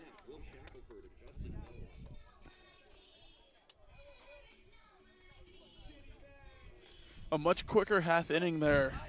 Yeah, and we're going to head to the bottom of the third now. The bottom of the fourth, and we're going to see Eric Schneff come up to the plate for the Jumbos after walking his first time up. Also walking is the second batter scheduled to reach the plate, Will Shackelford. And then third up, we'll see the third at-bat of the day for Justin Mills, the center fielder, off of his nice catch. You a little cold, Owen? I am, yeah. One of my friends got me this jumper for my birthday, and I thought it would be enough. Apparently not. No, it's Patagonia, right? Yeah. Yeah, that'll work when it's not windy and you're standing outside for a while. Yeah, my Irish heritage really should have prepared me better for this, but growing up in Hong Kong where it's currently 90 degrees Fahrenheit. Do you refer to yourself as a citizen of the world? I do not. That's the right answer. That or third culture kid, I cannot stand. I've not heard that one. Is Yeah. that just sort of you just show up in a place, or? It's being from Ireland, born in the U.S. but living in Hong Kong. So that's 3 cultures. Oh, yeah. And it's a pretty common term circulating in the international school sphere. But actually, my high school team did have a baseball team playing out of Hong Kong, except we had nobody to compete against. So how'd they do that? Was it enough people to actually play, each other? It was all overseas international competition. But yet, the baseball team was the most heavily funded program at my school. Some booster club politics there that I obviously still haven't gotten over. But First pitch is outside to Schneff. Again, walked his first time up in the second inning. 1-0. Taking high. 2-0. Charshit still in for his 4th inning of work here. Probably nearing his end. He's had some lengthy innings, and we're going to hit into the 3rd time through the order. And it's 3-0 now. Had some trouble with control so far. He was doing better last inning. Yeah, 3 walks and 2 hit by pitches. See if you can make it a lucky number 6 here. 3-0. 4-0. Inside. This is 6th free pass of the day. And second for Schneff. Remains 0 for 0 with 2 walks. And now we're going to see Will Shackelford up to the plate. He also walked in his first time up after working a full count.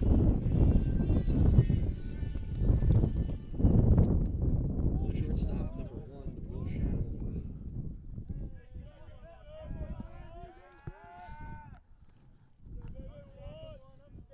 Here's Shackelford. No outs. Charshid's pitch. In for a strike. Almost got away from Kraus, but he tracked it down before Schneff could do anything.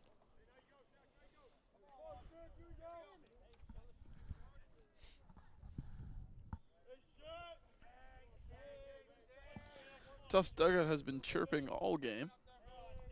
Never staying quiet for any prolonged period of time. Yeah. Great support for their teammates. Maybe they're cold. That one's in for another strikeout, too. Unusually direct approach from Charshid. Not seen for him today. The Amtrak remain flies by behind the field. As opposed to the Amtrak Leave campaign. Stay tuned for the second referendum. It's a little bit political. Well outside, 2-1.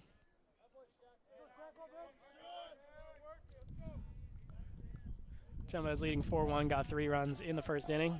Tacked on a run the following inning and one back on the Kraus home run in the third for the MIT Engineers.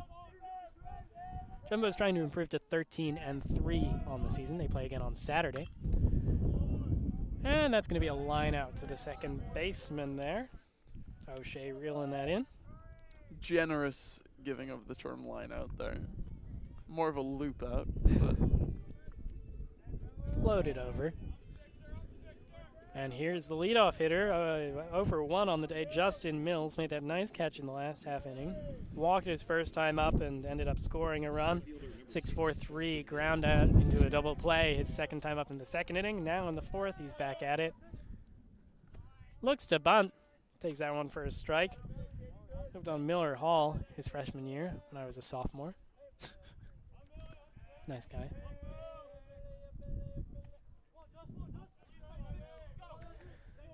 Oh, 1 out. Charshid still working in his fourth inning. Mills grounds that to the second baseman O'Shea, and he's going to let it go by him. Obscured a bit maybe by Schneff and lost that ball. Schneff did his best to get out of the way, though, so I do not feel like he'll be punished for that. Yeah, I'm going to wait to see what the official scoring is on that, because that's one you probably should give as an error.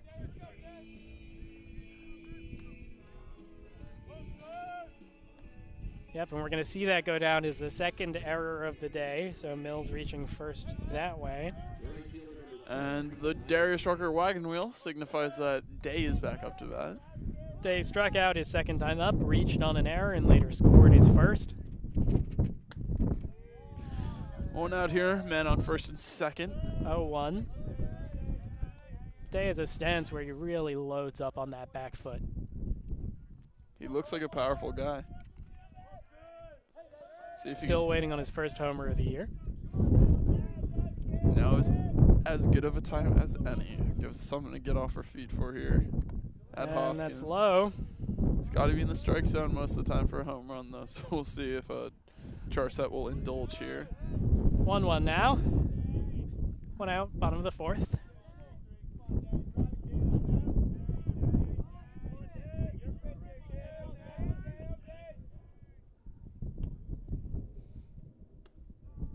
That one's in for a strike. Good pitch there. 1-2. Big at bat here for today. Charset would love a strikeout. Almost can't buy one right now. Well, we'll see him try here. Delivering from the stretch is Charshit. Swing and a miss. Just drove it by. Ryan Day, he's had Day's number so far. Second consecutive. Excuse me, no. I got ahead of myself. Because I can't count. 2-2. A day. Sorry for the illusion of suspense. I was there. just working. I was working if we still had an audio delay of giving you the result of I hope the result of this pitch. No, and he's going to ground that one over past the shortstop. Heading home is Schneff. He's going to score easily. Slides in just for added effect. First and second now. Kick up some And dirt 5-1 Tufts. The RBI single for Ryan Day. So he turned what we thought was a strikeout. What I thought was a strikeout. I think you were fine. And that's Schneff scoring, and moving up to second is Mills. And we're going to see Casey Santos Ocampo. He struck out at the start of last inning and got a single his first time up, so he's 1 for 2. The left fielder, number 4, Casey Santos Ocampo. Peter DeMaria on deck here. Not someone that Charso wants to face. Hit him for a hard double last time up, but Right after Charso had hit him his first at bat. So here's the delivery. Santos looks to bunt. Doesn't really do a good job of dragging that one. that was a bunt and run there. Strike one.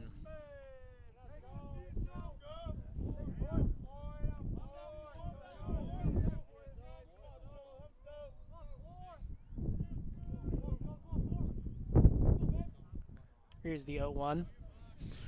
Sort of a weird stride back to reset himself by Charship. I believe Ocampo was actually the one who called time there. Still one guy warming up for the Engineers. He's been in there for a while. But on a windy day like today, never hurts. And the delivery, 0-1. Gets away, takes off for third, and looks like he'll get there, and to second safely as well for Day. Yeah, that's going to go as a wild pitch for Day. So Ocampo no longer needing a bunt here. Second and third. Besides, if he wants to try to bait the throw to first to allow his teammate to score. 1-1 now. Just sort of threw it outside and in the dirt heavily, and Krause didn't let it past him, but it got far enough away. The runners advanced. So now 2 runners in scoring position, 1-1 from Charshit. And that one's getting well away and to get to score a run. 2 consecutive wild pitches from Charshit. Moves the runner over to third and drives in Justin Mills, scoring his second run of the day. And it is now 6-1. 2 runs in already and a man on third with 1 out for Santos Ocampo, who's just kind of watched as everything's unfolded around him in this at-bat. Here with your Medford weather report. It Cold. is cold, but actually not that cold. 50 degrees Fahrenheit. Feels like 44. 16% humidity. Sun sets at 7:12. 2-1 goes for a strike. 2-2. 5 p.m. If you're getting off of work and just joining us, welcome. Hope you had a good day at work. Hope Yep. it was a productive one, and now you're trying to settle back with some JumboCast baseball for you. 6-1 here in the 4th inning. Santos Ocampo, Comes a little bit our way. yep, into the bullpen. Yeah, a little bit of a scarring experience in my formative years. I was 5 years old at a Reds game. Line drive, foul ball came at me. My mom pushed my head down, hit the back of my seat, and bounced 5 rows forward. Well, could have been worse. Could have hit me. So we'll reset for another 2-2 from Charshit. That was actually the first baseball game that any of my family members had ever been to. Seems like you went to more, though, right? I did, yeah. I've been to the Great American Ballpark a couple times. Saw the Red Sox earlier this year. The thing about the Great American Ballpark, right, is you're really sort of ascribing judgment onto it. The 2-2. Grounded, third baseline foul, Just foul. but clear enough that no one really went for it. Nobody complained. But if you can get that just over the bag to go into that foul territory, that huge plot of foul territory. And we stay at 2-2. Still 1 out here in the bottom of the 4th. Tufts up 6-1. It's a slow, gentle game. It is. And that one's low, full count here.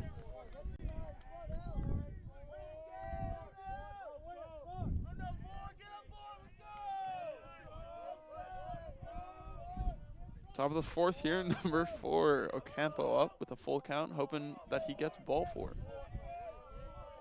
You stretched that to make the math work. I did. And he's going to hit that instead right to the center fielder. Should get a run in, tagging up his day. Nice throw to the plate, offline to Kraus. 7-1, a sacrifice fly for Casey Santos Ocampo. Gets him an RBI and drives in the 7th run. No complaints there for Ocampo. Exactly what you want to do there on the full count.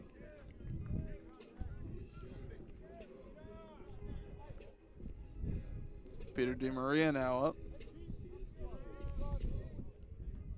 That was Day coming home, and now with empty bases, Peter DiMaria doubled last inning when he was up. That one's low, can't really hit that first pitch. 7-1 here for the Tufts Jumbos now. 2 earned runs in this inning, 1 unearned, based on the error by O'Shea that allowed Mills to reach. Excuse me, it'll actually be 2 unearned runs there. Schneff moved over.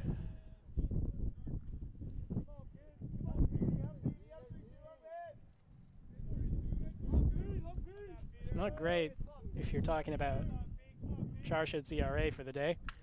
That's not going to help either. Peter DiMaria has driven that one. And that's off the base of the wall. He's going to get his 2nd double of the day there. Hit hard by Peter DiMaria to the deepest part of the ballpark. Both doubles of his actually to almost the exact same spot. Yeah, around 375 there in terms of distance. And when he's standing up at second. He's hoping he doesn't get stranded again now. Here's Cortez. Cortez last time up. Struck out, I believe. But he's going to face a new pitcher. Interesting choice, in my opinion, just because Cortez has struck out twice now against Mpa Barlow. The coach of the Engineers thinks better of it, and that'll end Charshad's stay. Now, do we count this as a mound visit? No, I have to go through the stats. We're going to wait and see who's coming up next, but that's 7 runs, 4 of which are earned against Charshad. 5 hits in 3 2/3 innings of work for him. Peter DiMaria there conversing with number 1. 4 walks, 2 hit by pitches,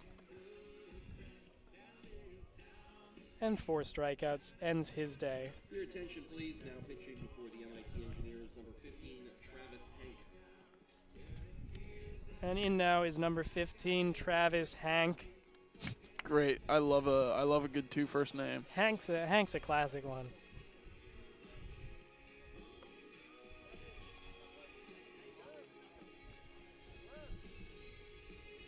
Hank, not someone overly familiar to the mound for the Engineers.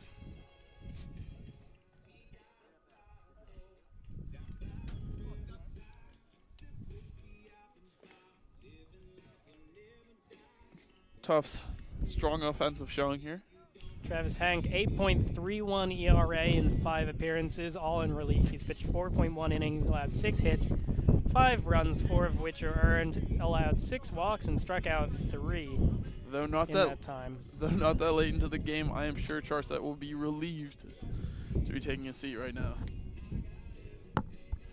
That DiMaria double could have easily gone for a home run with that wind. Yeah, and it actually hasn't closed the book on him yet.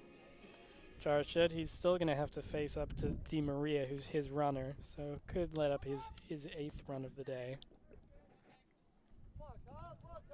And up now is Kyle Cortez, 0 for 2. So, apologies. I am sorry. Just gives you an idea of the weather out here. Trying to warm up my hands. Ended up accidentally causing you guys probably some panic at home. Jumbo's about a quarter of the way to their score from Monday. Doing it a little more methodically this time. DiMaria, the runner on second, pitch to Cortez. Is in for a strike from Travis Hank.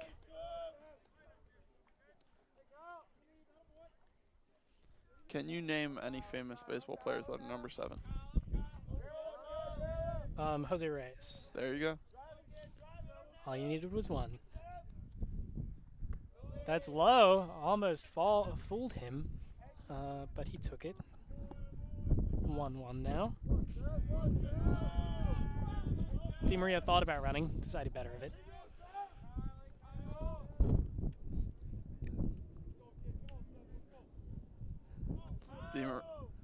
Di Maria, not the quickest.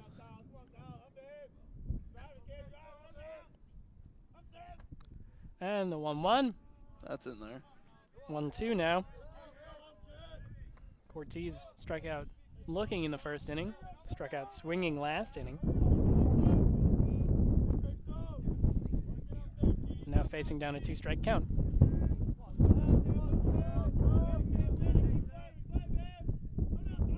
Hank delivers. Bounces it short. Nicely done to trap it by Kraus.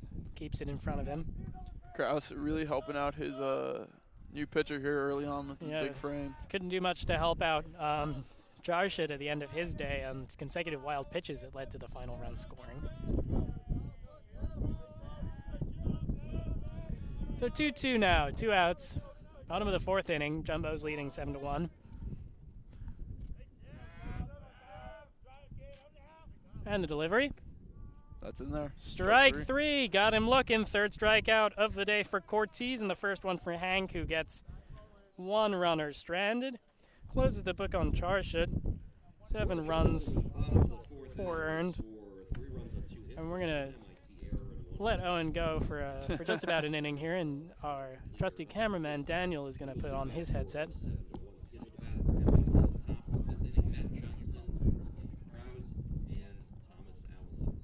And we'll rejoin Owen in just a moment. Daniel, welcome to the game. Hello, thank you. You didn't know this was going to happen. I did not. But I felt like it should, so here we are. Glad to be on. Yeah, how are you enjoying the game so far? It's been a good game. It's a little cold, standing out here on top of the dugout, but Yeah, we're heading into the 5th inning now. We're going to see Matt Johnston lead off for the Engineers. He's 1 for 2 on the day, followed by Andrew Krause, who hit a homer his last time up. Then Thomas Allison, who struck out in his first 2 at-bats. I'm trying to get a number, and it looks like Gustafsson is, I think, going to stay in this game. I'll just wait for the turn around. Yep, Gustafsson is going to get at least a 5th inning to work with, and we'll see how deep into this he goes after 4 innings of 1-run ball. Hasn't really been spotless in terms of hits. He's allowed 5 hits so far in this game. Yeah, I mean, still, MIT has, they have more hits actually than the Jumbos, just because of a bunch of walks that have led to a lot of the runs for the Jumbos. But stepping in now, Johnston singled in his first at-bat, then stole a base. Grounded out to the pitcher his 2nd time up. Here's his 3rd at-bat now. The right fielder. And the pitch from Gustafsson, low, ball 1.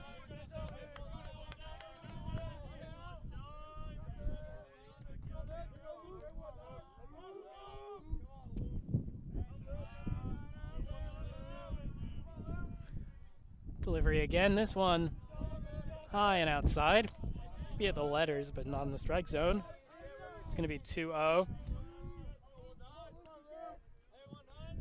Gustafsson fell back to his norm last inning, allowing the first runner to reach. He's done that in 3 out of his 4 innings so far.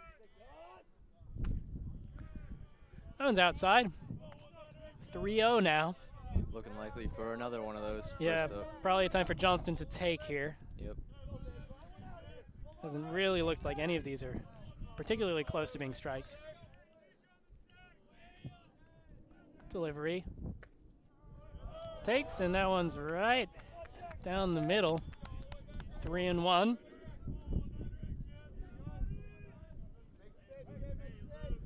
Johnston in a firm hitter's count now. Defense playing pretty much straight up. Mills is shaded over into left field, and that won't matter. Ball 4, so a 5-pitch walk there. puts Matt Johnston on for the second time today. And brings up Andrew Krause, who hit a home run 2 innings ago. That one a shot out to left field. Probably looking to get full bat on the ball again. Here's Gustafson's pickoff throw over to DiMaria. Again, Johnston has a fair few stolen bases on the year. He's up to 11 on the season. It's 1 behind Schwade, who has the team lead with steals for 12.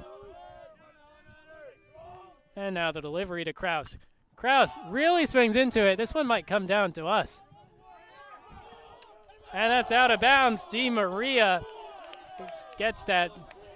Excuse me, that's a pop out to Peter DiMaria right by the dugout. I sort of didn't really notice that he was going to catch that because I was so concerned for my own well-being. Yeah, I think that was definitely the wind. It looked at first it might go over our heads, and then I thought maybe I could catch it, but then it came back into play. And it was DiMaria who ended up coming down with it, and Krause now 1 for 2. And there's 1 out. Johnston at first base. Inside, ball 1 to Thomas Allison, who struck out twice in this game, 1 looking, 1 swinging.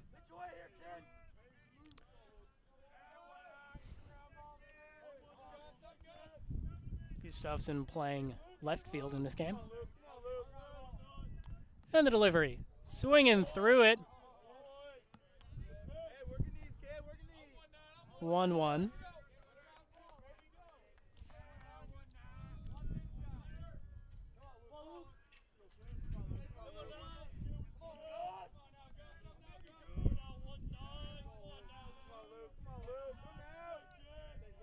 Gustafson's 1-1 high to Allison, who's playing old school, no batting gloves.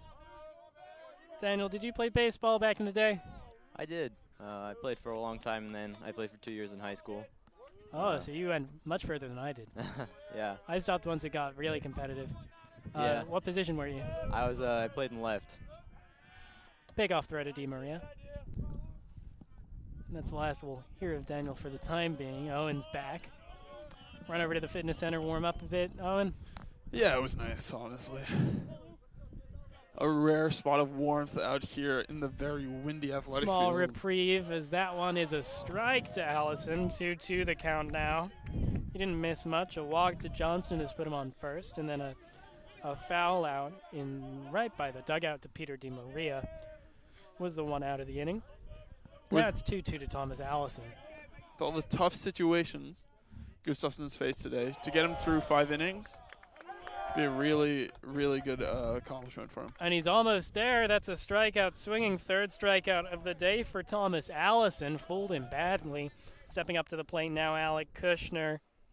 Kushner's 0 for 2, but's driven the ball both at-bats to the outfield. He flied out to right his first time up and then lined out to center in a nice catch by Justin Mills that ended that inning.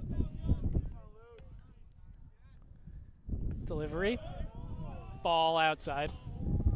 Charlie here very impressively, both play-by-play commentating and keeping score. Well, it's one of those things. It's not like I'm commentating a football game and have to write down the exact number of yards. And have 300 people yelling at you in the comment section. If you do want to comment on this game, you can comment in the YouTube channel. You can also tweet at us at Tufts JumboCast. As that one's going to get down for a hit there. Nicely done by Kushner. He's going to go all the way to second. Heading to third is Johnston, and with 2 outs now, Gustafson back in a bit of trouble. Alec Kushner finds the gap, hits it hard again, and this time gets his first hit of the day, and he's in at second. Moving over to third, as I said, Johnston, and now up is Zach Roberts. He has a walk and a single in his day today. No runs scored. With the way he hit at his first 2 at-bats, that was bound to happen eventually. It's just about finding the spot, essentially, and he did there.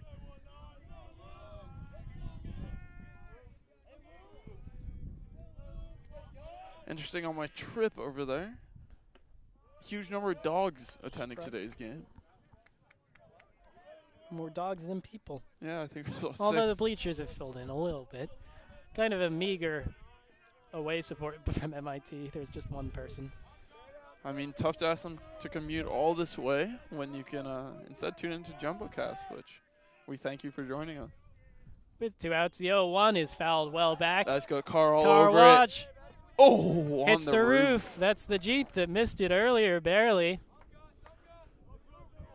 It's a sturdy SUV. It should be able to take that.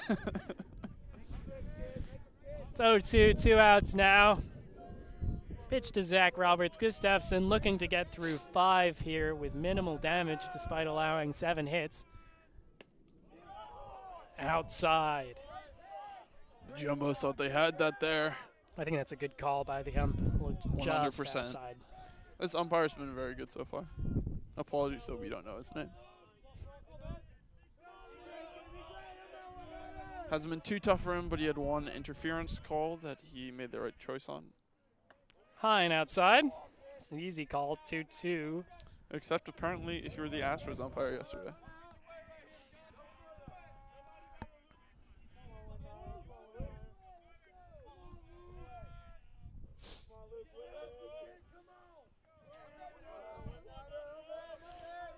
Runners on second and third.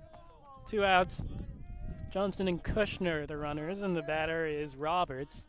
Here's Gustafsson's delivery. Uh-oh. Full count now, falls back to 3-2 from a 0-2 start. Gustafsson, Rob showing his ability. The fact that he's made it out of this so far with only 1 run on the board is very impressive. Showing a lot of maturity there out of the young freshman. And that's low, so we'll see bases loaded with 2 outs now as Roberts walks.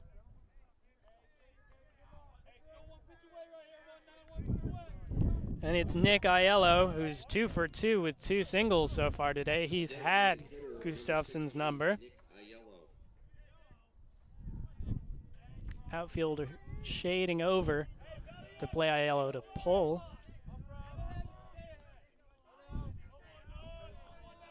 This is probably going to be, you would think, Gustafsson's last batter of the day. I would assume if he so. can retire him. It's a good pitch, but low. Ball 1.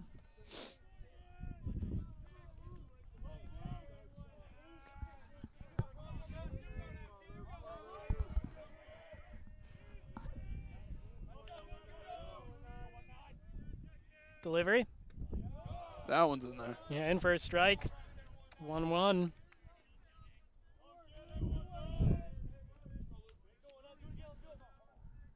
I think this press box is in a great location for calling balls and strikes, actually.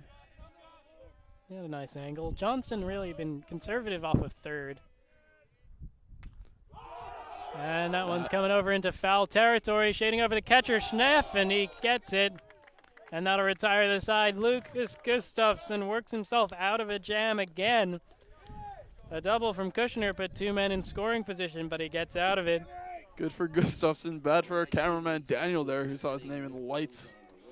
Wanted to catch Daniel that had one. 2 opportunities in that inning, 2 foul outs. I don't think that the baseball team would appreciate it much if we reached over and caught that one. So probably made the right public relations call there. And we're halfway through this game, and the score is 7-1 in favor of the Tufts University Jumbos baseball team. Yeah, it has been, so did you say 5 innings? 4.5. 4.5, halfway point. I have not looking great for us to finish this game. No. It has been 4.5 innings. 5:20 p.m. if you're not keeping track of that at home. Yeah, I have a runny nose, and I also have dance practice at 7. So we're going to look forward now. Let's take a look at the schedules coming up. After this game at MIT, the Jumbos will play 2 on Saturday against Middlebury at 12:30 and 3:30. Then on Sunday, they'll play Keene State. We have all those games for you on JumboCast on YouTube. Tune into those. Then coming up for the Engineers, they play 3 against Emerson, 1 Friday at 3:30 p.m. at home, and then they move away, playing at 12 and following that game. And then they play a fourth game of the weekend on Sunday at Endicott. So a big week for both of these teams. Right. Each of them playing 5. And tough softball, 3 games as well, Friday, Saturday, Sunday. Those will not be covered by JumboCast. But they have actually recently been moved over to Spicer Field. They had been planned to play at Babson, Right. but those fields are not up to scratch, and the Jumbos are. And if you do want to watch that game, it is hosted by Pack Network. Our brothers and sisters over there at Pack Network filling in for us when we have midterms and stuff. Very kind of them.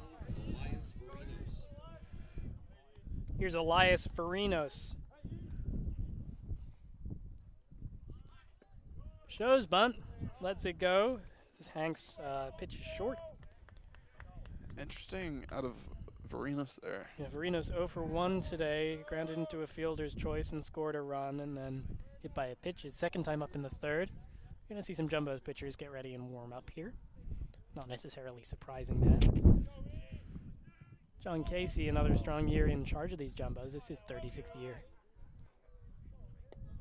Bounces that one 2-0. 2 in the dirt. Not a great day for control.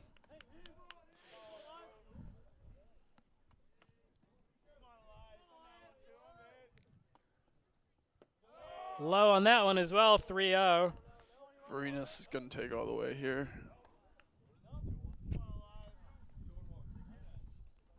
Count actually 2-1. I guess he that bunt.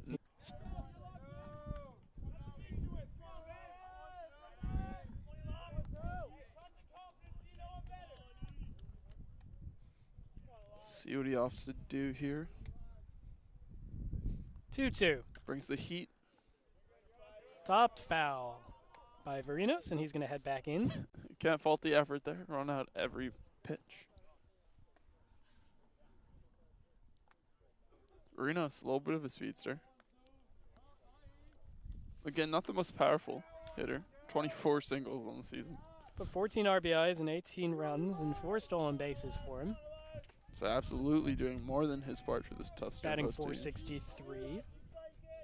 Playing a nice hot corner. A number I could only dream about in my wiffle ball league. 2-2, grounded to the shortstop. He'll need every second of that speed here. Fielded low throw, but nicely scooped by Kushner as Roland gets that force out. And now up is Will Burgess, who singled his last time up in the second inning. Scored a run.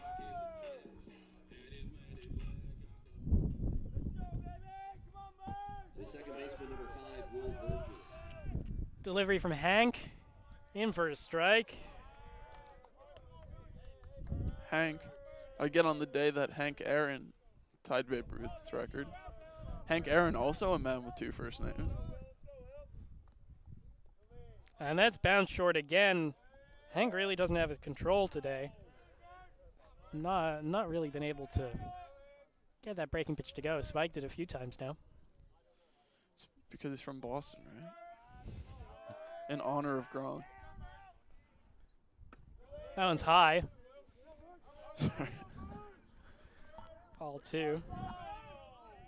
Charlie also has no control of his pencil right now, Yeah, apparently. my so. hands are cold. Hank's delivery, 2-1. Fouled by Burgess. No car. Got a wheel. I know that counts. I really just counted on the fly.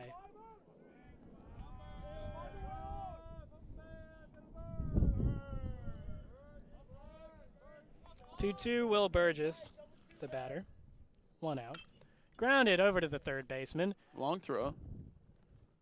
And in time, throw. again, a nice scoop by Kushner, and Schwait gets the force out. So 2 away here as Travis Hank settling down.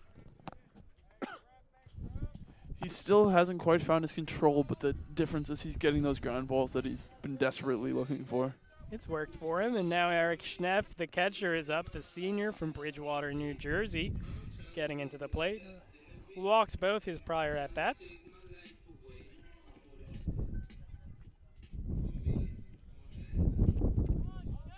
The catcher, number 25, Eric Schnepp.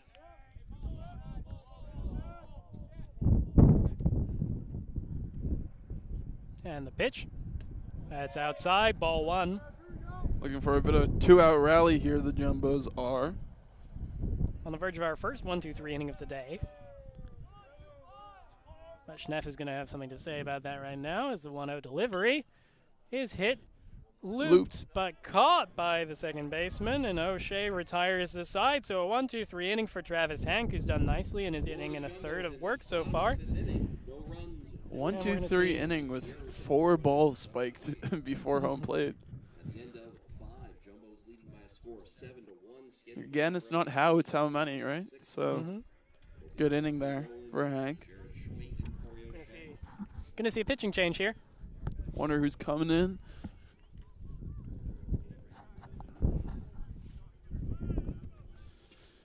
It's number 9 by the looks of it. That's Manny Ray, the sophomore from Bedford, New Hampshire. 1-1, 15 innings, 13 hits, 8 strikeouts, and 6 walks on the year. An ERA of 4.8. A little more of a Rasta theme going on. It's music choice. I wonder, do they give us a 7th inning stretch? I think you have enough time to take one if you want one. I don't think that they will with the daylight quickly fading here. I don't know if you can tell.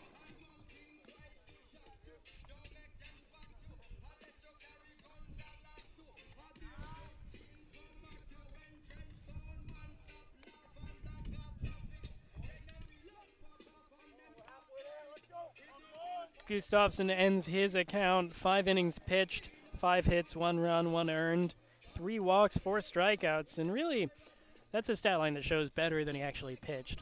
But he did a nice job of working himself out of the jams that he got into. And now Manny Ray, number 9, gets his turn on the rubber for the Jumbos. And he's going to start out by facing the number 9 hitter, Ethan Rowland, who just helped retire the side there.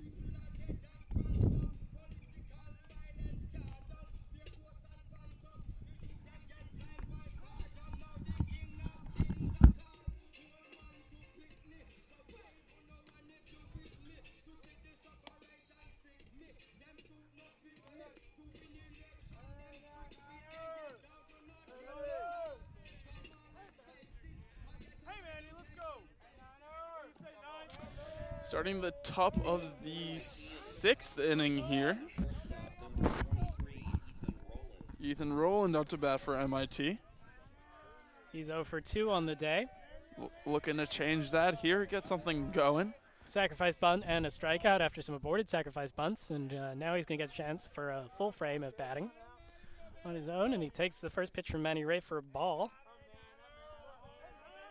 So, Charlie, do you know the protocol if the game gets, I don't know how else to say it, but darkened out? I have no idea. Is it just team in the lead, do you think? Yeah, I mean, this is not a game that'll be resumed. It's the only time these teams play this season. 2-0, Tufts has a healthy lead. That one is going to get down in fair territory. Rowland's going to round first and head for second, and he should be able to get there. Ethan Rowland slides in with a double, gets past Elias Varinos, and he has his first hit of the day. Could have had that standing up if he wanted, just like I said before. Large foul territory over there. And here's Jared Schwait, switch hitter now from the left side of the plate. From the right side, he was 1 for 3. Hit the ball hard each time he was up. Again with the high Sox. Maybe Rowland should have been allowed to hit the first 2 times he was up. Showing some strength there. And he's a runner in scoring position now. Schwait drops the bunt. He's going to leg this one out and thrown out, but a sacrifice will move Rowland over to third base. Varinos and the pitcher almost got in the way there. And now Corey O'Shea, 0 for 3. Good so Irish far. name.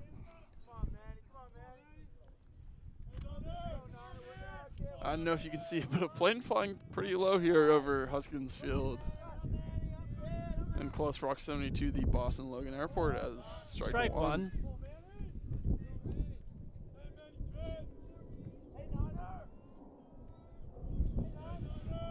So MIT playing in the NUMAC conference, Tufts playing in the NESCAC, a little interconference play here. NESCAC West specifically. And that one's hit on the line to Varinos. Almost turns 2 there. Yeah, 2 outs.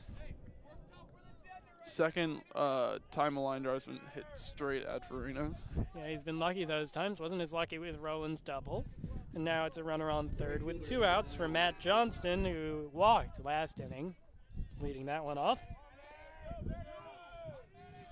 Tufts pitching, looking again for an escape act here with originally a man on second, no outs. Now a man on third, 2 outs. Johnston swings clean through it. He's going to regroup. Defense shaded over to Polk. The pitch, he hits that one. That's going to get some dirt off of the wall, and that's going to be a double there for Johnston. And an RBI double, his second run of the day scored for the MIT Engineers. 2 doubles in this inning. Roland scores after his. And an RBI at second for Matt Johnston, his second hit of the day. That collided basically with the intersection of the wall and the field. Almost placed it perfectly there. And here's Andrew Krause. He did the damage earlier. An RBI and a run scored on his solo home run. He's also a switch hitter, the catcher, batting now from the left side. Outfield still shaded towards left. Scoreboard, I believe, yet to register that run.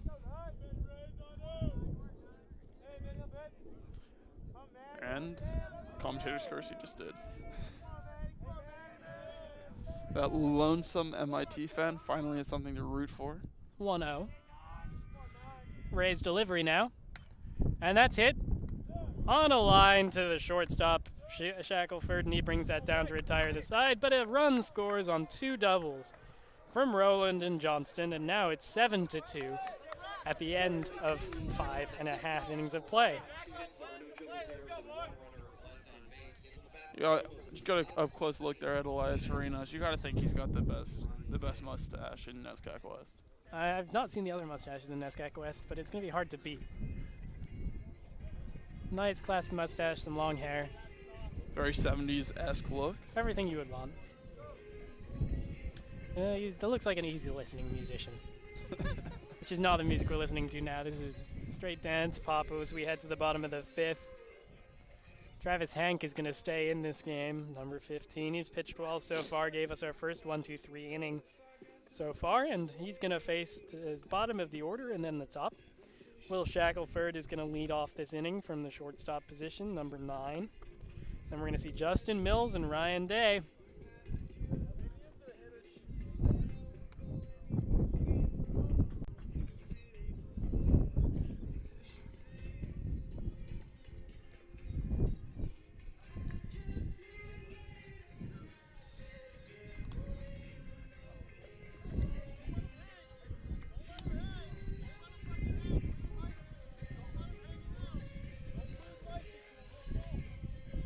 Tufts looking to nurse their lead here, 8-2, 6-run differential. 7-2, 5 runs. Oh, 7. Oh, originally the scoreboard put it in the wrong section. Yeah, 7-2 differential. 5-run lead for the Jumbos, looking Jumbos to nurse that home. 3 in the first, 1 in the second, 1 in the third, 4 in the fourth.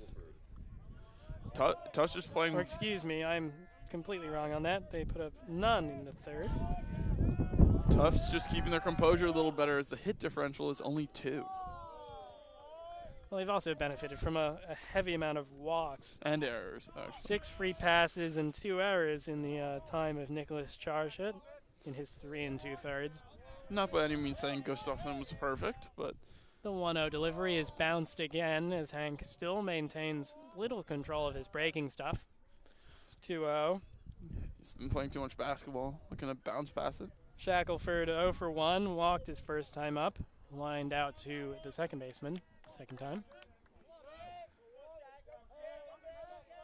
And the pitch from Hank, 2-0, high ball 3. 3-0 now. Typically would take all the way. Shaq has already walked, I believe you said. Yep.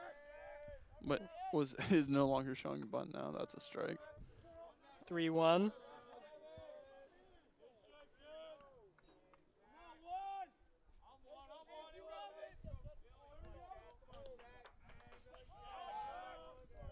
And the 3-1 from Hank. Low, but gets him swinging. 3-2, full count for Will Shackelford, number 1. Shackelford acknowledged that pitch there. A very good pitch. Just fooled him enough.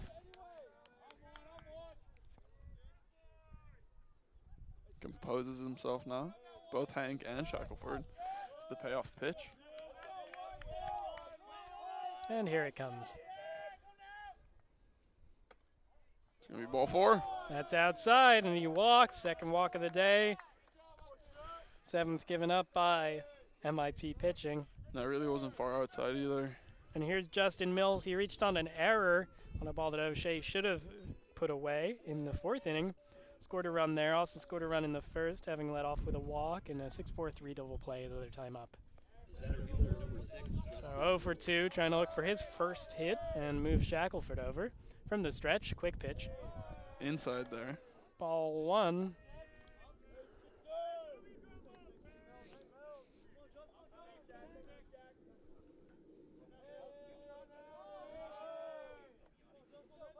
The 1-0. It's Foul back. Schwait playing in at the 3rd. Perhaps anticipating a potential bunt from Mills. 1 ball, 1 strike, no outs here. A few pitchers heading out for MIT to the bullpen. Keep their options open. Still got a lot of baseball here to play. Mills batting left-handed. That's high. Almost a pitch out there. Checking for the steal, which I don't think is that likely. It's 2-1 now. One of those was a strike earlier.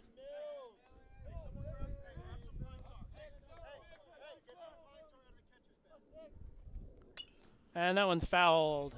Way up. Schwait heading over. Looks like he has room, and he does. Collects that in the outfield. Throws over to second just to chase Shackelford back. And that's a foul out to the 3rd baseman. And so there's 1 out now, and Ryan Day is heading to the plate. He got a single his last time up after striking out and reaching on an error his first 2 at-bats. They just applying A little bit of pine tar. a little bit of pine tar. There's Wagon Wheel. Yeah. I like when he comes up to bat. I like that song. That's how you know we're the 4th time through the lineup for both of these teams now.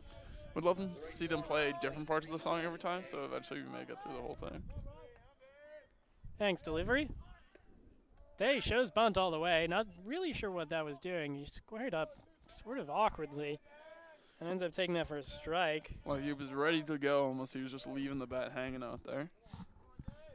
But he hadn't really started moving. He had just squared his body fully, which is not something you see. Swing this time. That's Off speed in for a strike. Quickly 0-2 to Ryan Day.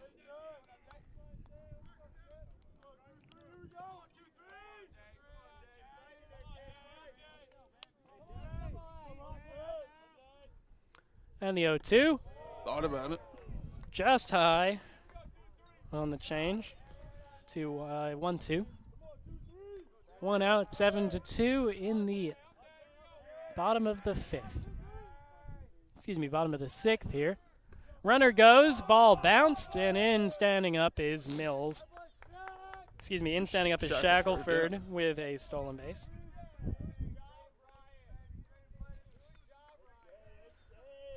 So it's 2-2 now to Ryan Day with a runner in scoring position. Made a good decision not to swing on that one. Would have been an embarrassing way to go out. Here's Hank's delivery. And grounded over to the first base side. That'll get a 2nd out, but it'll get Mills over to 3rd base. Shackelford over to 3rd base. Excuse me. Mills has just been running around, so I'm confused. But no, it's Will Shackelford making it all the way to 3rd after his walk. That time a ground out to the first baseman. And up comes Casey Santos Ocampo. Singled his first time up and ended up making it to first, or excuse me, last time up was a sacrifice fly to the center fielder to get a run in. Doesn't have that option now with 2 outs. And there's the pitch, taking the first pitch for a strike. Campo.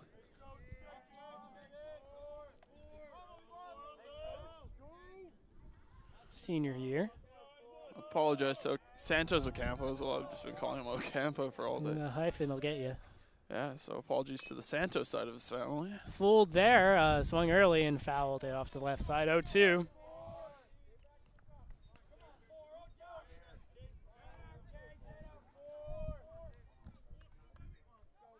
One of my favorite JumboCast moments was the women's Sweet 16, was it, for basketball? I believe so, yeah. When it was 44-44 in the fourth quarter with 4 minutes and 44 seconds left. We don't exactly have that here. No, we don't. And it was inbounded by number 44, Erica DiCandido. And fooled again is Santos Ocampo in front of it. That one's just stayed fair. Well, no, they've picked it up now, so it's foul. Just in case. And so it'll stay 0-2. But he really, Santos Ocampo, hasn't been able to time it well, which is odd because he was standing a few feet up before this inning started, watching Hank's warm-up pitches and planning out where to swing. And I guess maybe the angle has just got him off the mark a bit because he's not been able to time things at all. He's been early consistently. So he's hitting third, which shows that the coaches trust him. He's just not having a great He's batting year around 390. Is he? I thought he was below 300. No, he's one of the people who's having 293, which is a fine year. Yeah. That's what happens when you have a good lineup, and the lineup has produced 7 runs so far, but no runs for a little while now. Chance here with Shackelford at third. This pitch, the 0-2, is outside for ball 1. Does well to lay off it there.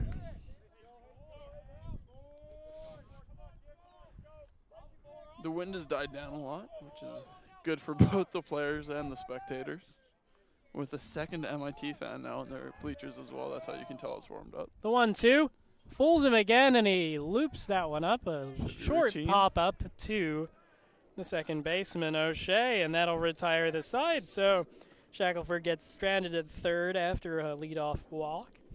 On 3 consecutive weak contacts against Travis Hank.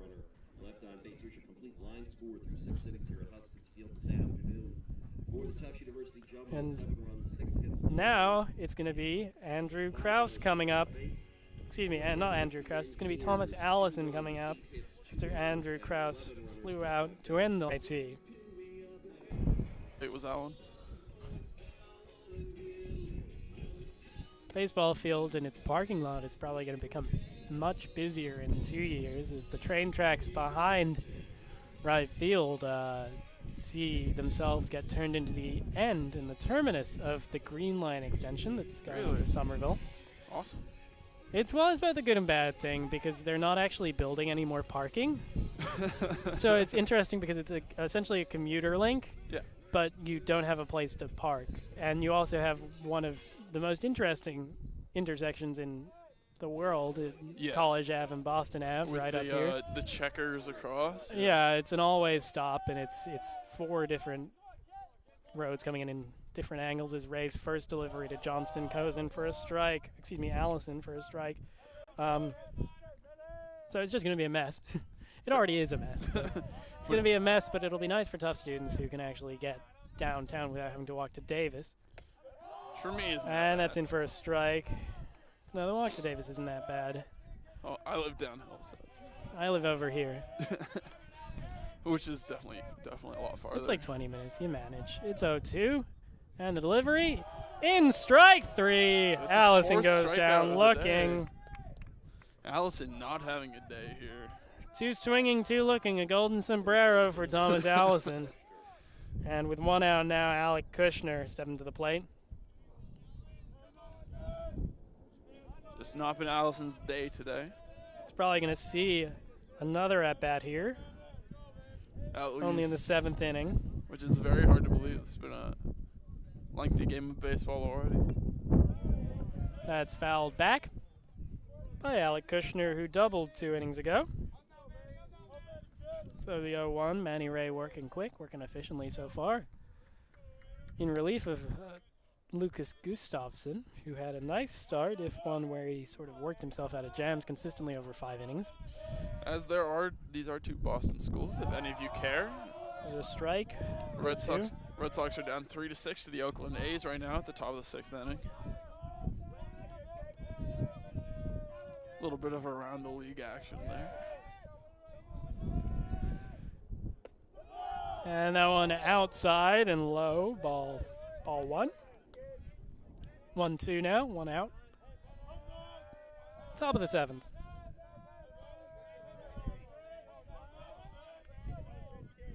And the pitch. And that hit him on the head. He's frustrated by that one. That one got away from Ray badly. And Allison will go to first. Or excuse me, Kushner will go to first. Luckily not too much speed there. Fast enough. Saw it coming well enough that he could turn away at the very least, but none too happy with Ray beating him there. But he's fine. So now there's a runner on first with 1 out, and up comes Zach Roberts, who's 1 for 1 today with 2 walks. Walked in his second 2 at-bats. Second and third, throw back. Chases back Kushner there. Kushner with 1 stolen base on the year, so maybe not a threat to go. But if you're MIT, it's the 7th inning, you might be getting a little desperate to make something happen. Ray's pitch. Shows bunt inside, high and tight. If he hits another here, there could be problems. 1-0. Apologies again as the wind is picked back up, which means we are picking up more interference.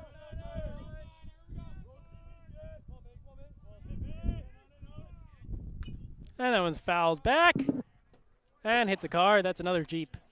Bad day for Jeep here out at Huskins Field. 1-1. 1 out. Batter Zach Roberts, the center fielder. DH Nick Aiello up next. He's 2 for 3. And that's low. 2-2. Or excuse me, 2-0. 2-1. Good publicity here for Jeep, actually, as 2 Jeeps have been hitting the windshield and there's been 0 cracks.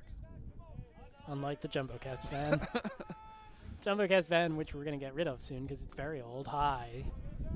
Ball 3, 3-1 now. I think we could sell it for probably $200. So. I don't know who's going to take it, though. Doesn't even have power windows. You have to roll the windows up. So it's a very European car. Yeah. And it stalls up the hill a lot. I'm probably going to go down as the last person to ever drive it. Ray's pitch low. Outside. Ball 4. 2 runners on now with 1 out. Hit by pitch was Alec Kushner, and Zach Roberts then takes his base, his 3rd walk of the day. Nice day for his base percentage. And now here's Nick Aiello, 2 singles in the 2nd and 4th. And then he flew out to the catcher in foul territory. Raising a jam now. Outfield moving more straight up. See if you can get out of this here. Pitch to Aiello. Good strike. Takes it for a strike. 0-1. That is my name. Not your best work of the day. Yeah, absolutely not.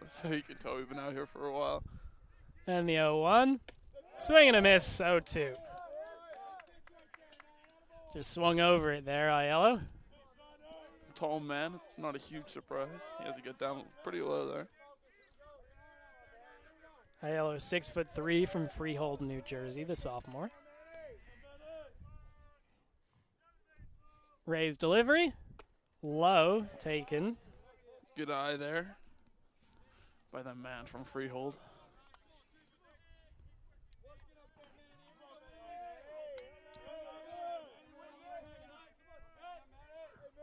One ball, 2 strikes, 1 out here in the top of the 6th, 7th. Top of the 7th. Making our way through this game. That's fouled back. Will not reach the parking lot. Not really a terribly long foul back. Disappointing foul there from Aiello. Not This is even what happens when you have a car. lot of space behind home plate and no overhang. Luckily, the Frisbee players haven't been hit yet. Who are practicing behind home plate. 1-2. Grounded over to the shortstop. Be a dub. Shackelford gets it over to second. Coming down with it there is the second baseman, Will Burgess, but the runner moves over to 3rd now on the fielder's choice, so it's runners on the corners with 2 outs. And now up to the plate, Ethan Rolland Ethan Rowland, who led off last inning with a double. Tufts have a force at any base here besides third. Rowland hit Ray hard for that double, then scored a run, being driven in later by Matt Johnston. His only hit on the day. 1 sacrifice and 1 strikeout otherwise, and this time he bloops it out to the second baseman Burgess, and that'll retire the side.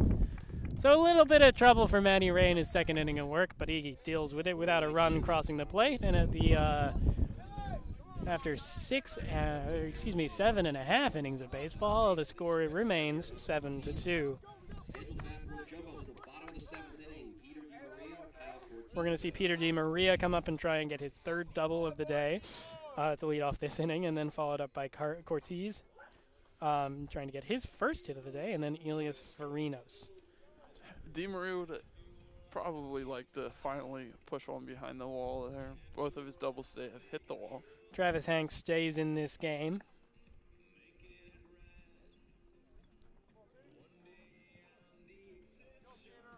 This is going to be his 3rd inning of work. Pitched 2 1/3 so far. And in that time, he's held the Jumbos scoreless. If he goes 1, 2, 3 this inning, I will only refer to him as Hank the Tank for the rest of the game. Well, we'll see if he rises to the occasion. It's a shame he doesn't know that. Give him a little something extra to play for.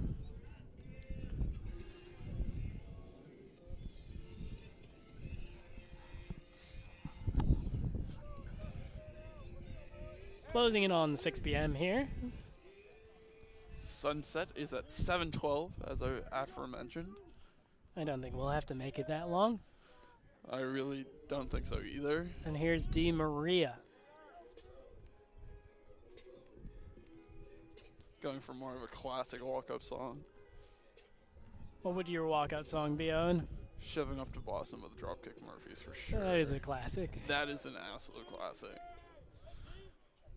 That or Dirty Old Town by the Pogues. I always thought I would go with London Calling, I think, by the Clash. Yeah, that's actually, yeah. Hank's delivery to DiMaria bounced 1-0. We'll use this catcher call in there.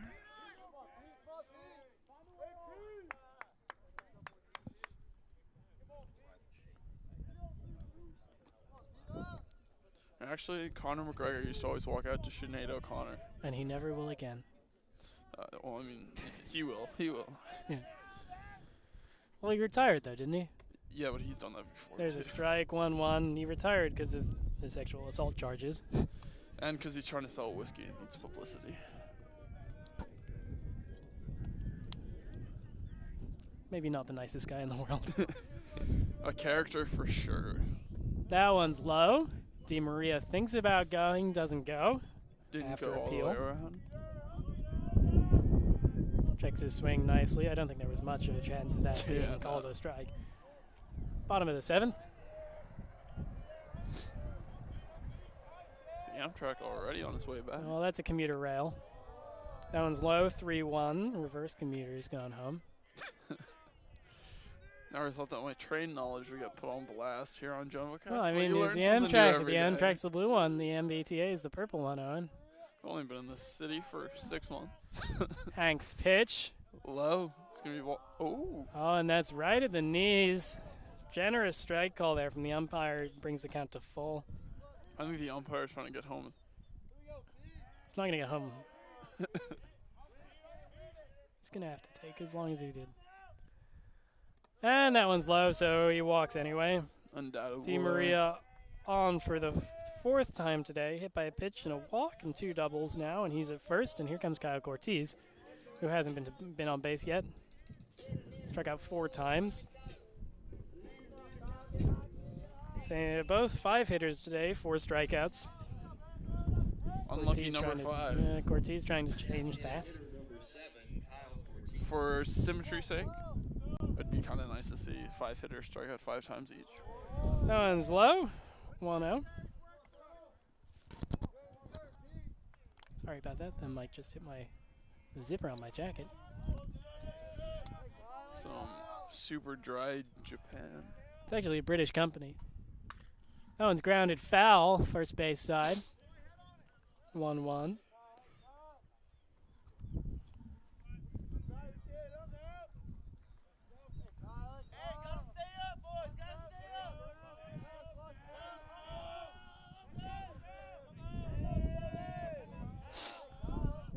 Here comes the 1-1 from Hank, who showed the Jumbos down well since coming in, and that's actually a pickoff throw to get DiMaria, but he's back in safe.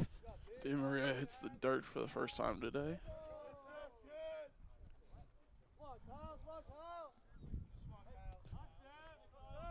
And the pitch. That's low. Cortez takes 2-1.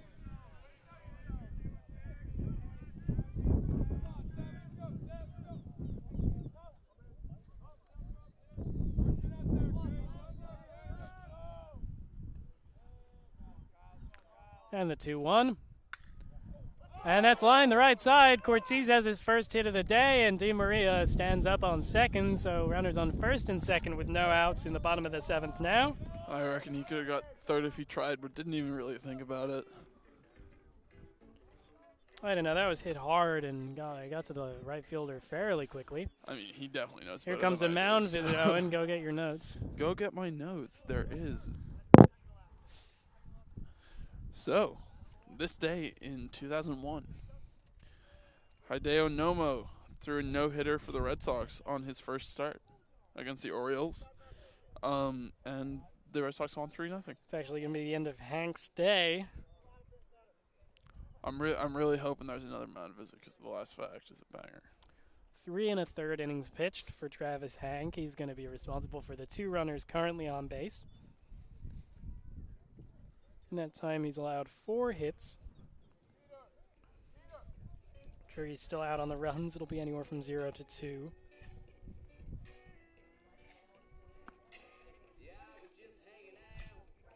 Your attention, please. Now pitching for the MIT Engineers, number 22. 2 walks, 0 strikeouts, 0 hit by pitches. And now pitching is number 22 for the Engineers. That's Tommy Hannon. Tommy Hannon. The Tufts baseball team refers to their number 22 pitcher, R.J. Holmes, as twos when they're offering their support from the dugout. R.J. Holmes in the first game against Bates that I was covering pitched an entire game, shut Bates out from the 4th inning onward, and only allowed 1 hit after the 4th inning.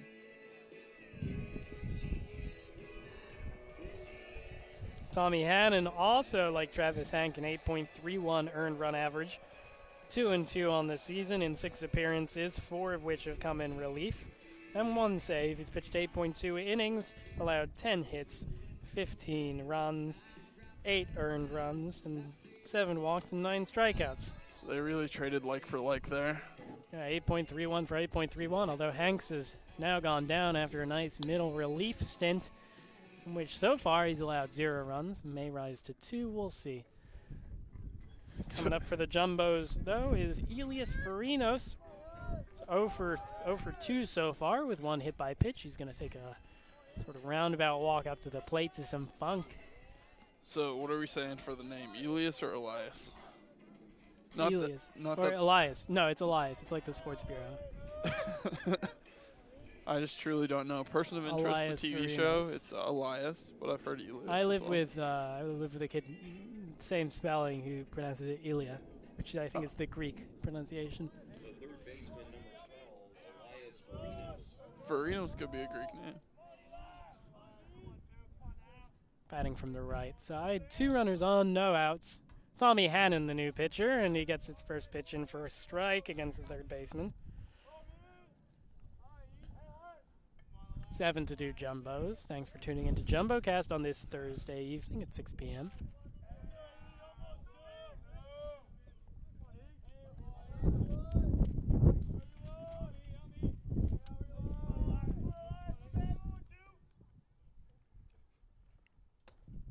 Low there. No, that one was also in for a strike right in the corner. It's 0-2. This is why I am not an umpire. Because my calls have been pretty off. 2 strikes, no balls, no outs here in the bottom of the 7th. 2.5 innings left to play with number 12. But to bat Elias Farinas. Here's the delivery. He tops that one. What could work for him? Collected by the shortstop and bobbled, and that's got to be an error there on Ethan Rowland. That's going to load the bases with 0 outs. Just couldn't come down with that one and transfer it into his hand. Third error of the day, I believe, for this MIT team. We'll wait for the official scoring, but I think you got to give that one an error.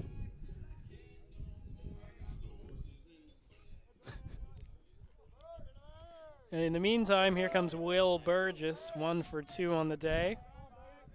Excuse me, 1 for 2.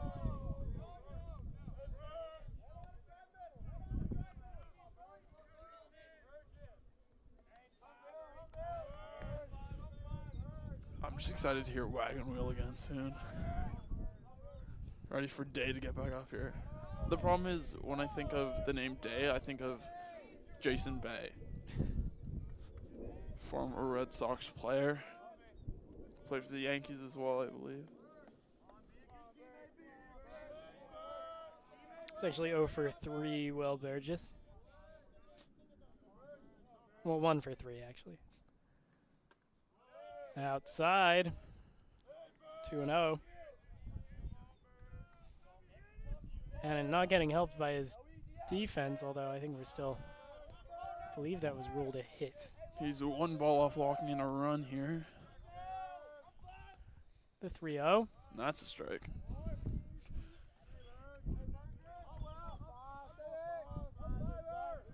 I'm a little disappointed in the MIT baseball team, actually, in the fact that I can see their Peter Pan bus. They didn't take the T in.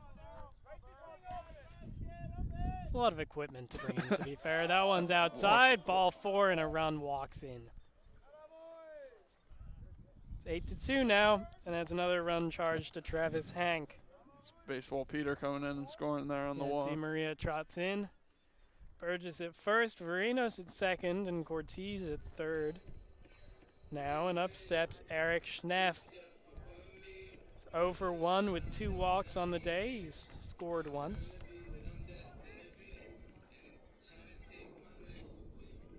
Bases loaded, no outs, a run just walked. No mound visit, however. Pitcher's just headed to the bullpen now. And it's a strike. Could have used that a second ago, but he'll start on the right foot with an 0-1 count now to Schneff. Couple pitchers went to warm up. And the strike, or the pitch, it will be a strike, fouled through the legs of Schneff. 0-2 now. Strikeout would do Hannon a lot of favors here and set up the double play.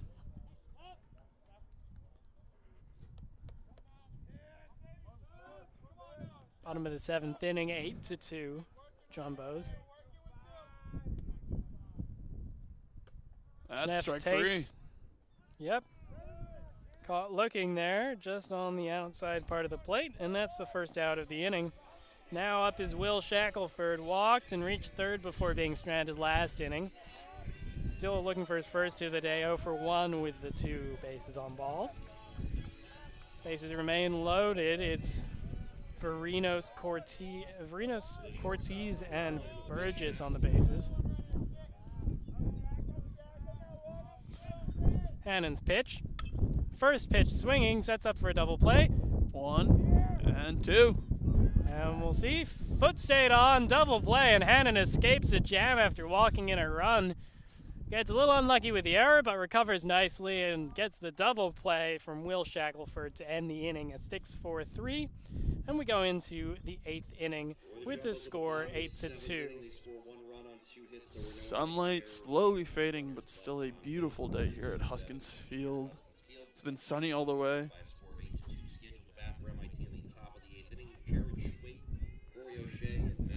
And so that closes the book on Travis Hank at 3 1/3 innings pitched, 4 hits, 1 run, 1 earned run, 2 walks.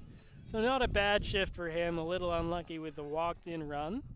And he keeps the Engineers in it, but they've not really been able to do anything against Gustafsson and Manny Ray now, who comes in for his 3rd inning in relief.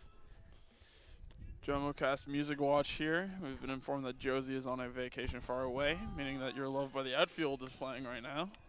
Little baseball-themed music here as we wait for Ethan Rowland to come up to bat, followed by Jared Schwait and Corey O'Shea for the Engineers, so 9, 1, and 2 in this inning.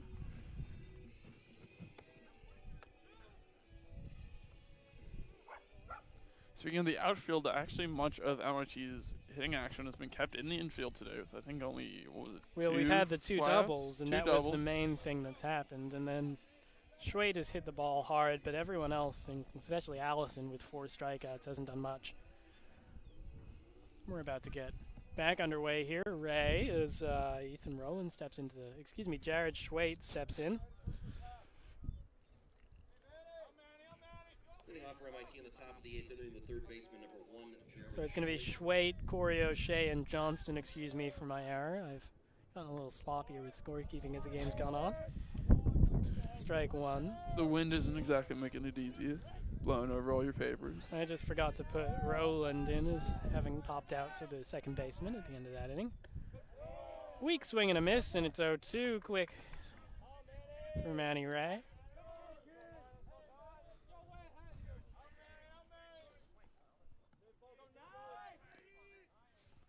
And the 0-2, strike 3. Schwait goes down on 3 pitches to Ray. And there's 1 out now in the top of the 8th. Great pitching there. The second baseman, number 4, Corey O'Shea. And here's Corey O'Shea, 0 for 4 so far today.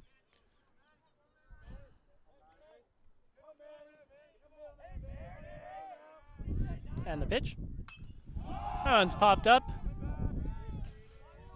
First baseman seeds over to Burgess, and he comes down with it. Burgess called it all the way from the start. Good communication there out of Burgess. Second baseman. 2 outs now. Here's Matt Johnston, doubled 2 innings ago and had an RBI there. Singled in the first inning. Tufts looking to make it their first, I believe, 1-2-3 inning Yeah. of the game. 2 for 3 with a walk. 1-1-2-3 inning so far in this game. That came in the bottom of the 5th. That was for MIT, though, correct? That's Yes. Strike 1. That was Travis Hank retiring the side. Manny Ray trying to do the same here, and in quick fashion, it's 0-1 now. a lot of double first names today on the pitcher's mound. And Not going to be a 1-2-3 inning. A liner over the head of Shackelford, and it's a single there for Corey O'Shea, for Matt Johnson, his 3rd hit. And here's Andrew Krause, homer in this game, one of the 2 runs for this team. In the meantime, he's flied out twice and walked. 1 for 3.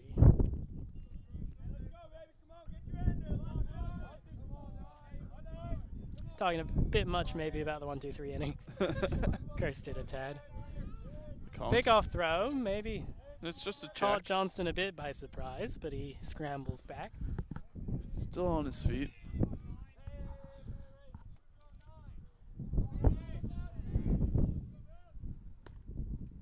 Just outside.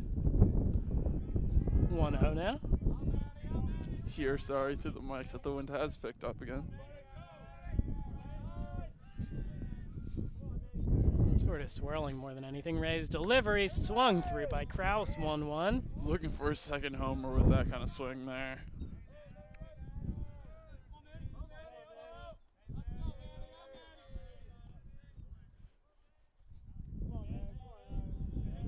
Ray's 1-1 delivery here, low, ball 2.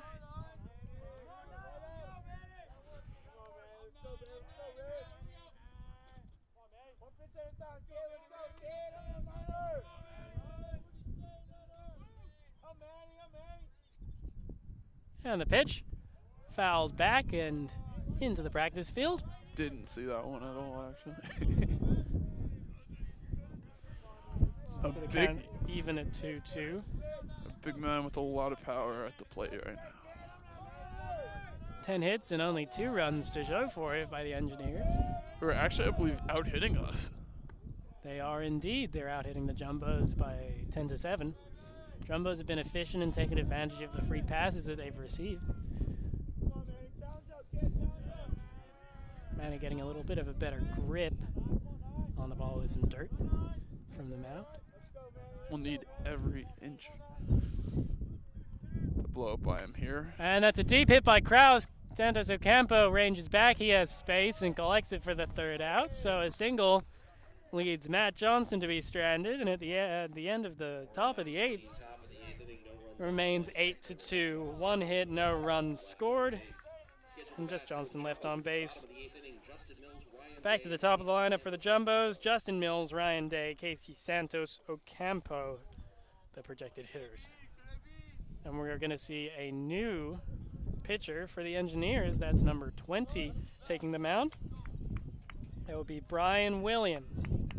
No relation to the newscaster.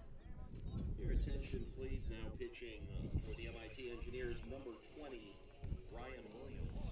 Temperature moving down to the 40s, which Owen can feel. I can. Strangely, I don't think anyone else is feeling it. I think it's just a me being weak thing. But after this, I'm going to probably not leave my dorm for the rest of the night. So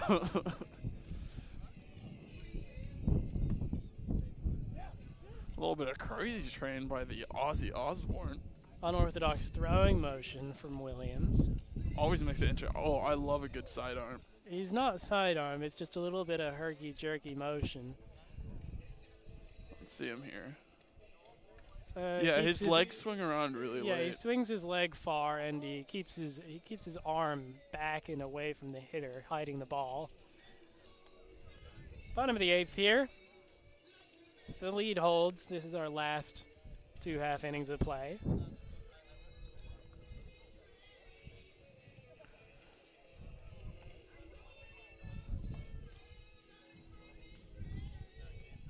Any big weekend plans, Charlie?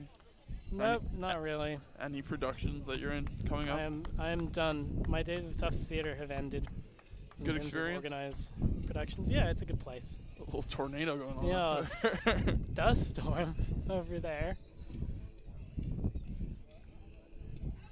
Roland turned his back to weather it. A little bit of Africa out here with the wind howling.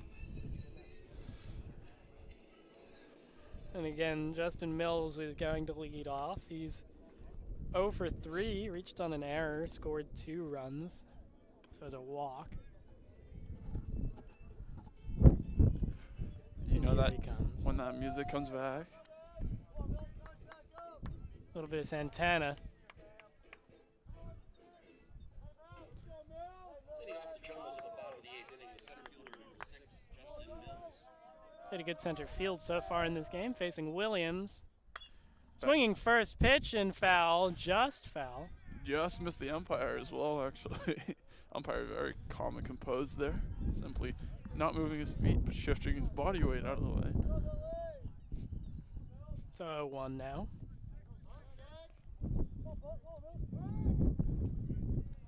But a little aggression from Mills. Millie looking to rock the plate here. Unhappy perhaps with what Kraus is giving him and asking for some changes.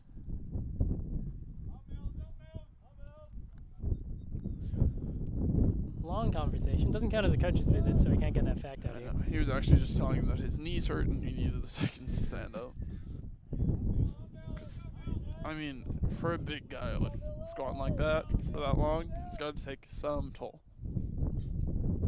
And the delivery bounced. It's the foot of the umpire. 1-1. A little bit of umpire interference there. Won't penalize him for it. Scoreboard has not been updated. The 1-1, that one's going to be in fair play, and it's going to be the first hit of the day for Justin Mills, who pulls into first with a single. That almost looked catchable for the first baseman, but it was a hard angle from here to see.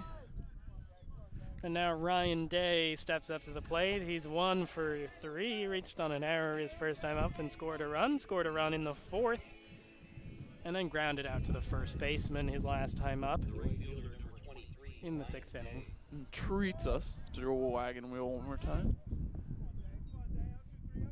It's Williams' delivery from the stretch. Bounce gets away from him. Mills going to second. He's going to not even be contested there. And he stands up after a wild pitch. Mills lacking control here early. Been kind of Williams. Been kind of a theme for the MIT pitchers today. As Charlie very smartly pulls out some wool gloves. Oh, my hands are cold. Kind of foresight I have never been blessed with as the pitch is delivered. Hard hack there. Swings through it, but foul, so Mills can't advance. Oh, I didn't see the contact. I didn't either, but he would have kept going.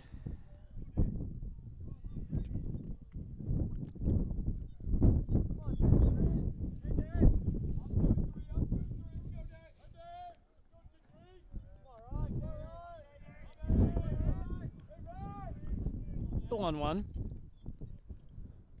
That's bounced heavily.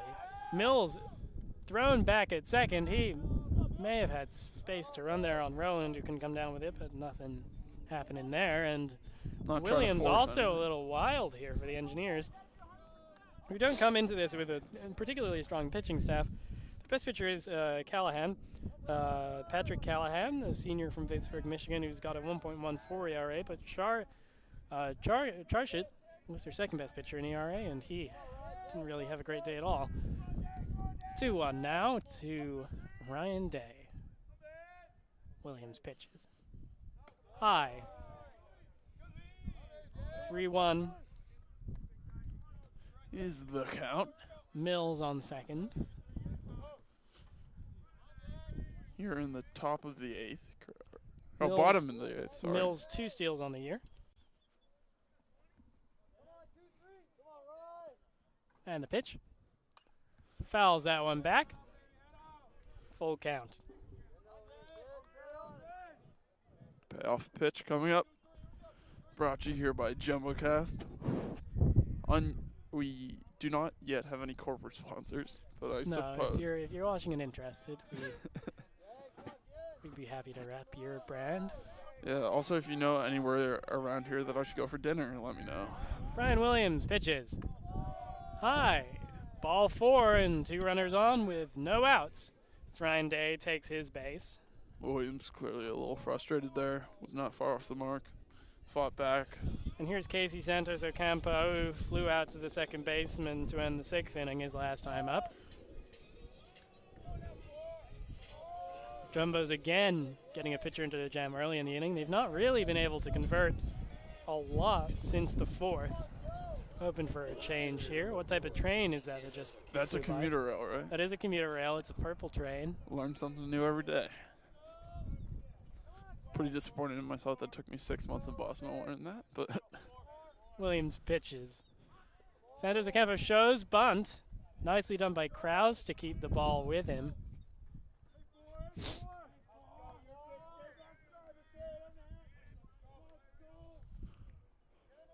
Shadows cast across the field now. This game should be able to be finished. Yeah, we got a while yet before it's really going to get dark. Barring some angels in the outfield. Pitch. Low. Ball 2. Williams really doesn't have his stuff.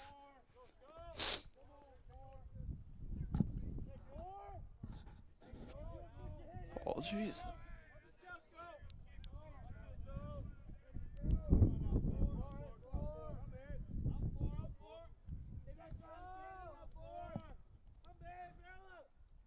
And the pitch, 2-0, and now 3-0. You'd expect Santos Ocampo to take this one, since Williams hasn't been able to throw a strike all day. A bit hard when he's been pitching for 15 minutes. And that gets in there, the letters. 3-1 now. To the left fielder.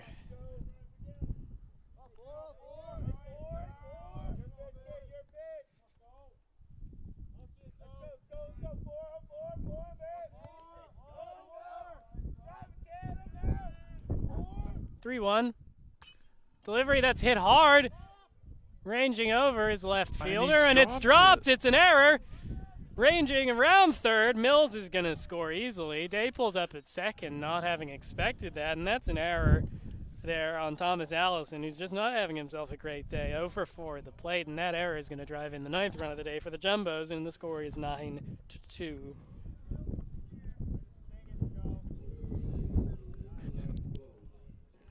And Day maybe a little under-opportunistic there. Yeah. Probably could have made it to third.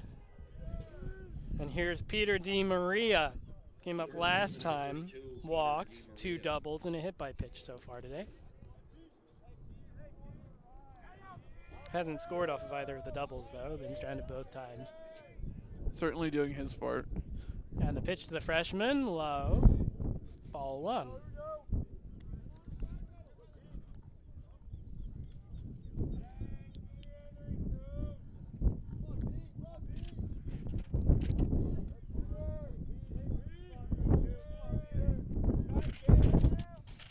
Wind gusting as heavily as it has today. DiMaria hits that one on the ground to the shortstop. Should be playable for 2. Gets the turn. And Beats double play for Brian Williams. Double play. Nice 4-6-3. We've seen that a few times as DiMaria gets retired for the first time today. So for DiMaria, 2 doubles and a double play.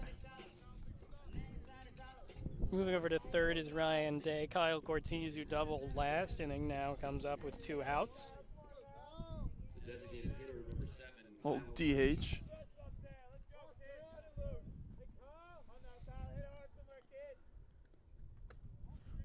Inside, ball 1. Not by much.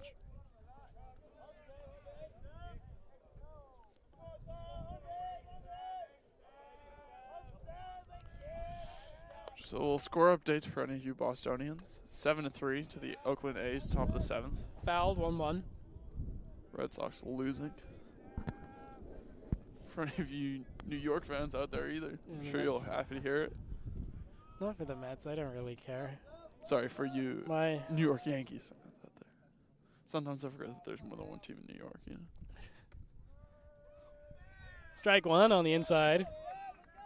We're going to go back Or excuse me, strike 2. We're going to go back after this game. There's just going to be a bunch of angry Mets fans in the comments. Yeah. More sad than angry at this point. 1-2, 2 outs. Here's the pitch. Ooh. And fouled on a check swing by Cortez.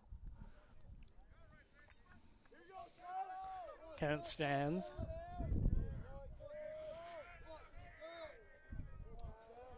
Day on third. Mills scored on the error.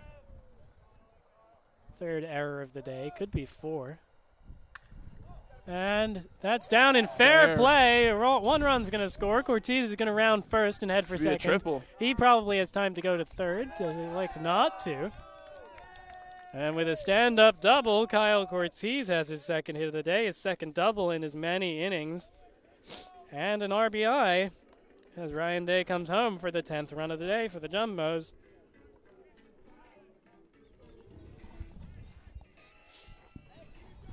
It's going to need to be one hell of a comeback for the Engineers in the top of the 9th when this inning ends. And now the bases are... The Jumbos Matt Cortez is on second for Elias Farinos. Still looking for his first hit. If the Engineers get... Excuse me, second hit. He actually was the recipient of a ball that I thought should have been an error. So it's currently 10-2 to the Jumbos. Last year was 10-3 to the Engineers. Jumbos never blew a lead, though. They took the lead in the first inning with 3 runs and never looked back. The Engineers have only been able to cobble away a few runs. Will instead be looking back in anger. Pitch to Varinos. Strike. 1-1.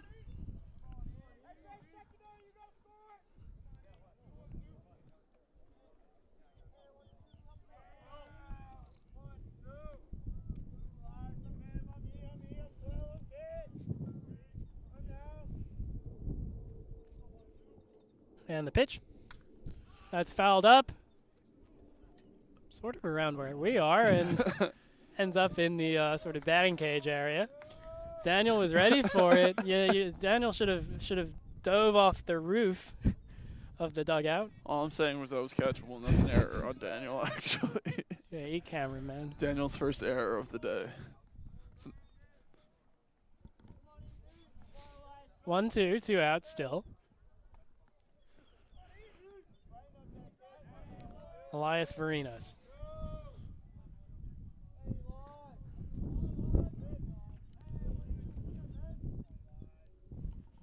The pitch. Whacked into center field, but a little loop. And a brilliant diving catch there by the center fielder. The highlight of the day for the MIT Engineers, a diving catch by Zach Roberts retires the side, but the Jumbos put up 2 runs. And we're heading into the top of the 9th inning. Last chance here for the MIT Engineers, and they're going to have Thomas Allison, Alec Kushner, and Zach Roberts in there. I think calling against that Manny Ray. The highlight of the day for the MIT Engineers is neglecting the home run that they hit, because that thing was gone. That's true. One of the two. The defensive highlight of the day for the MIT Engineers. And who has been your player of the game so far? It's a good question. I think my player of the day, it has to be, I think it would probably be, I would give it to Justin Mills for his hustle, and he's made some nice plays from that center field position and brought energy leading off the game. Peter DiMaria has obviously done a very good job, but he's not actually gotten any RBIs. Managed to get on base every time, but he's not actually had a huge impact on the line scored beyond 1 run scored. Right. Which is, I mean, completely not his fault. It's just inopportune, but Yeah. he's not had the impact that his gaudy stat line may show. So what you're saying is he's padding his stats. Yeah. That's all he's doing today. No, he's trying to get to 500. That's what he's doing. Has he improved his average? He on has today? indeed improved his average. He's only been out once. He's 2 for 3. Here's Thomas Allison, 4 strikeouts so far. He's going to take the first strike. Maybe could use some batting gloves after the day he's had. Came into this game batting .242. First strike from Ray. In his 4th inning of work now, fools Allison. 0-2. Swept the floor a little bit there with that one. Thomas Allison, the junior from Kingwood, Texas. I like that town name. Ooh, I thought that's that was a ball strike 3. just outside. Depth perception has never quite been there. From this angle, it's hard to tell the depth. So it's 1-2 now for Ray.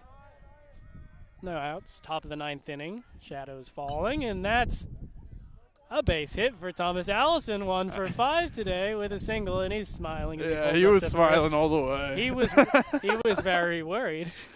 He was going to go down again, but he doesn't, and he gets to first. And well, the tying run's still a way away, but yeah, glad to see him take it in spirit. You know. Here's Zach Roberts, who has walked 3 times and singled in his only official at-bat. For Allison's sake, I'm hoping for him that he doesn't get hit into a double play right now. Or thrown out. That would be arguably worse.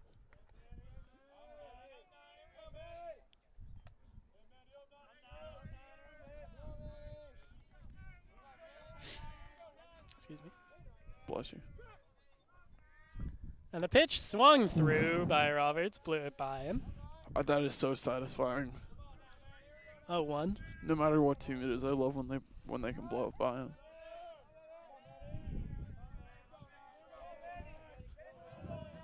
And the 0-1. Taken strike 2, 0-2 now. I would also like to apologize if you can hear me shivering through the microphone. Yeah, when you do baseball in the spring, you gotta wear a winter coat. Yeah, I was just It's fooled sort by of, the it's sun. not the idea that you think. Yeah, but no. 0-2 now low, outside, ball 1. I swung through the correct temperature. If you do a double header, come prepared like it's 20 degrees. Because that's when it gets rough. I got the fluffy socks on, but that was around the only part of me that was prepared, even mentally. And the 1-2 in the dirt. Ball 2. Allison didn't choose to run there. I'd love to see him do it.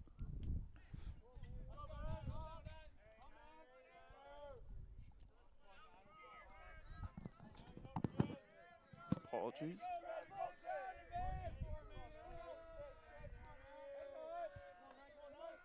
And the pitch. Fouled back. Into the practice fields. I'm more concerned about the dogs that are lurking around back there than I am the cars. It's getting a little darker, so don't expect this game to go deep into extras, but still a ways to go until then. 2 balls, 2 strikes. No outs with Allison on first here at the top of the 9th. And that's a ground ball through the hole for a single for Zach Roberts. A second hit for him today. MIT leaving it late here. And now, stepping up, is Nick Aiello. Or excuse me, that was Alec Kushner. This is now Zach Roberts. Kushner, that's his second hit of the day. He's 2 for 4 and a hit by pitch and 5 at-bats.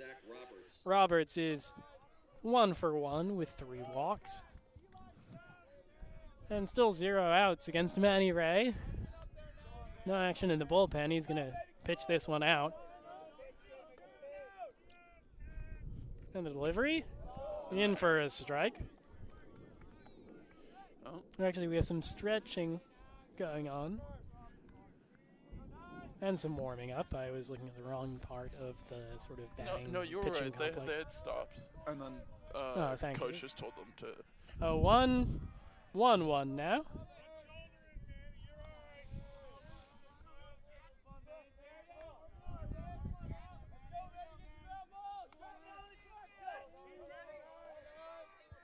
Game can end on a triple play here.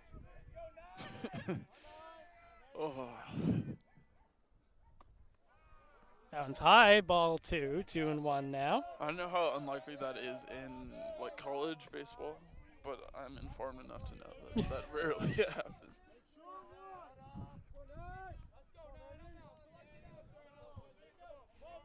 Two hits so far in the 9th off of Ray, number 9.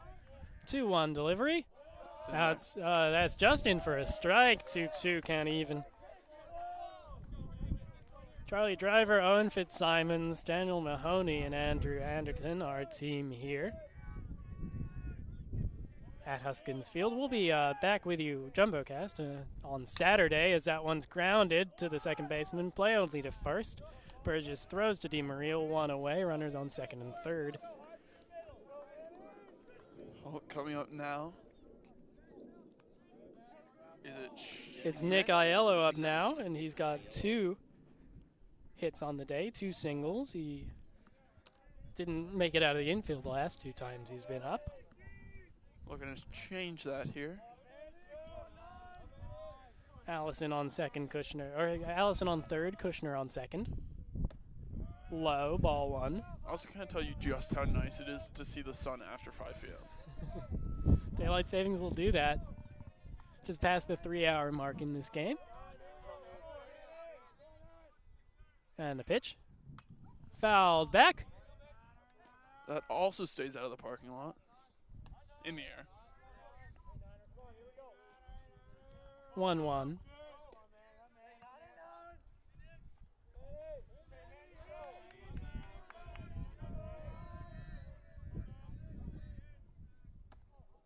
High and tight.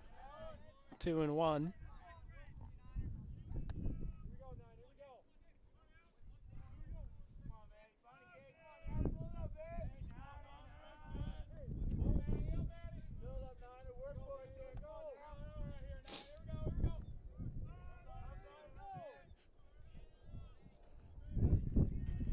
The 2-1 is low. Oh, excuse me, just at the knees. 2-2. Generous call there.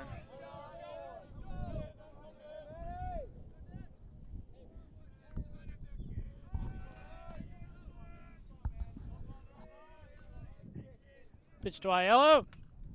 Fouled up. Oh, that's got a car all over it. Oh, and a car pulls Just out. short of a car that's pulling out. Might have rolled under it. But it gets out okay.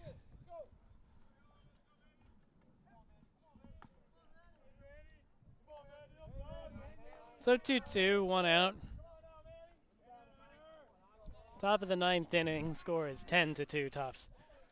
Ooh. And just outside 3-2, the count is full.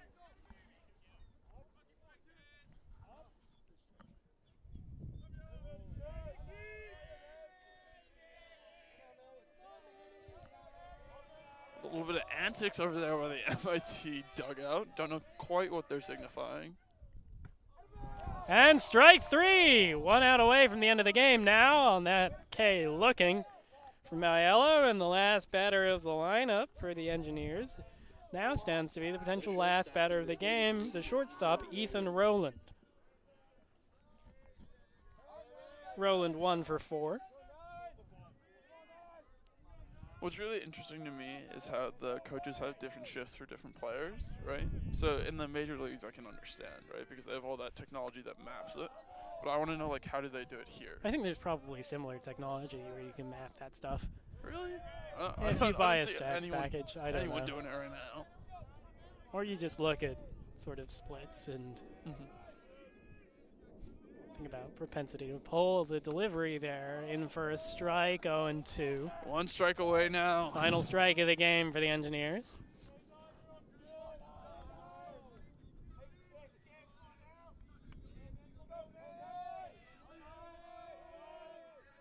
And the pitch. Manny Ray cannot finish it quite yet. Owen got excited. I did get excited. About warmth.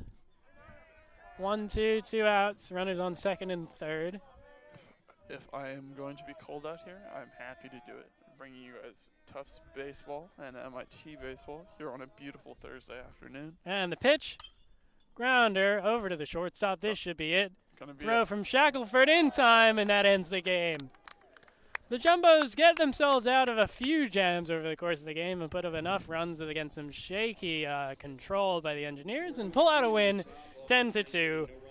They go up to 13-3, 9-7-1 this season for MIT, and the Jumbos look forward to a few games this weekend. The next one that you can catch with us is against Middlebury, a doubleheader on Saturday at 12:30. We hope to see you there. Thanks for tuning in. For everyone, I'm Charlie Driver. I'm have a great night.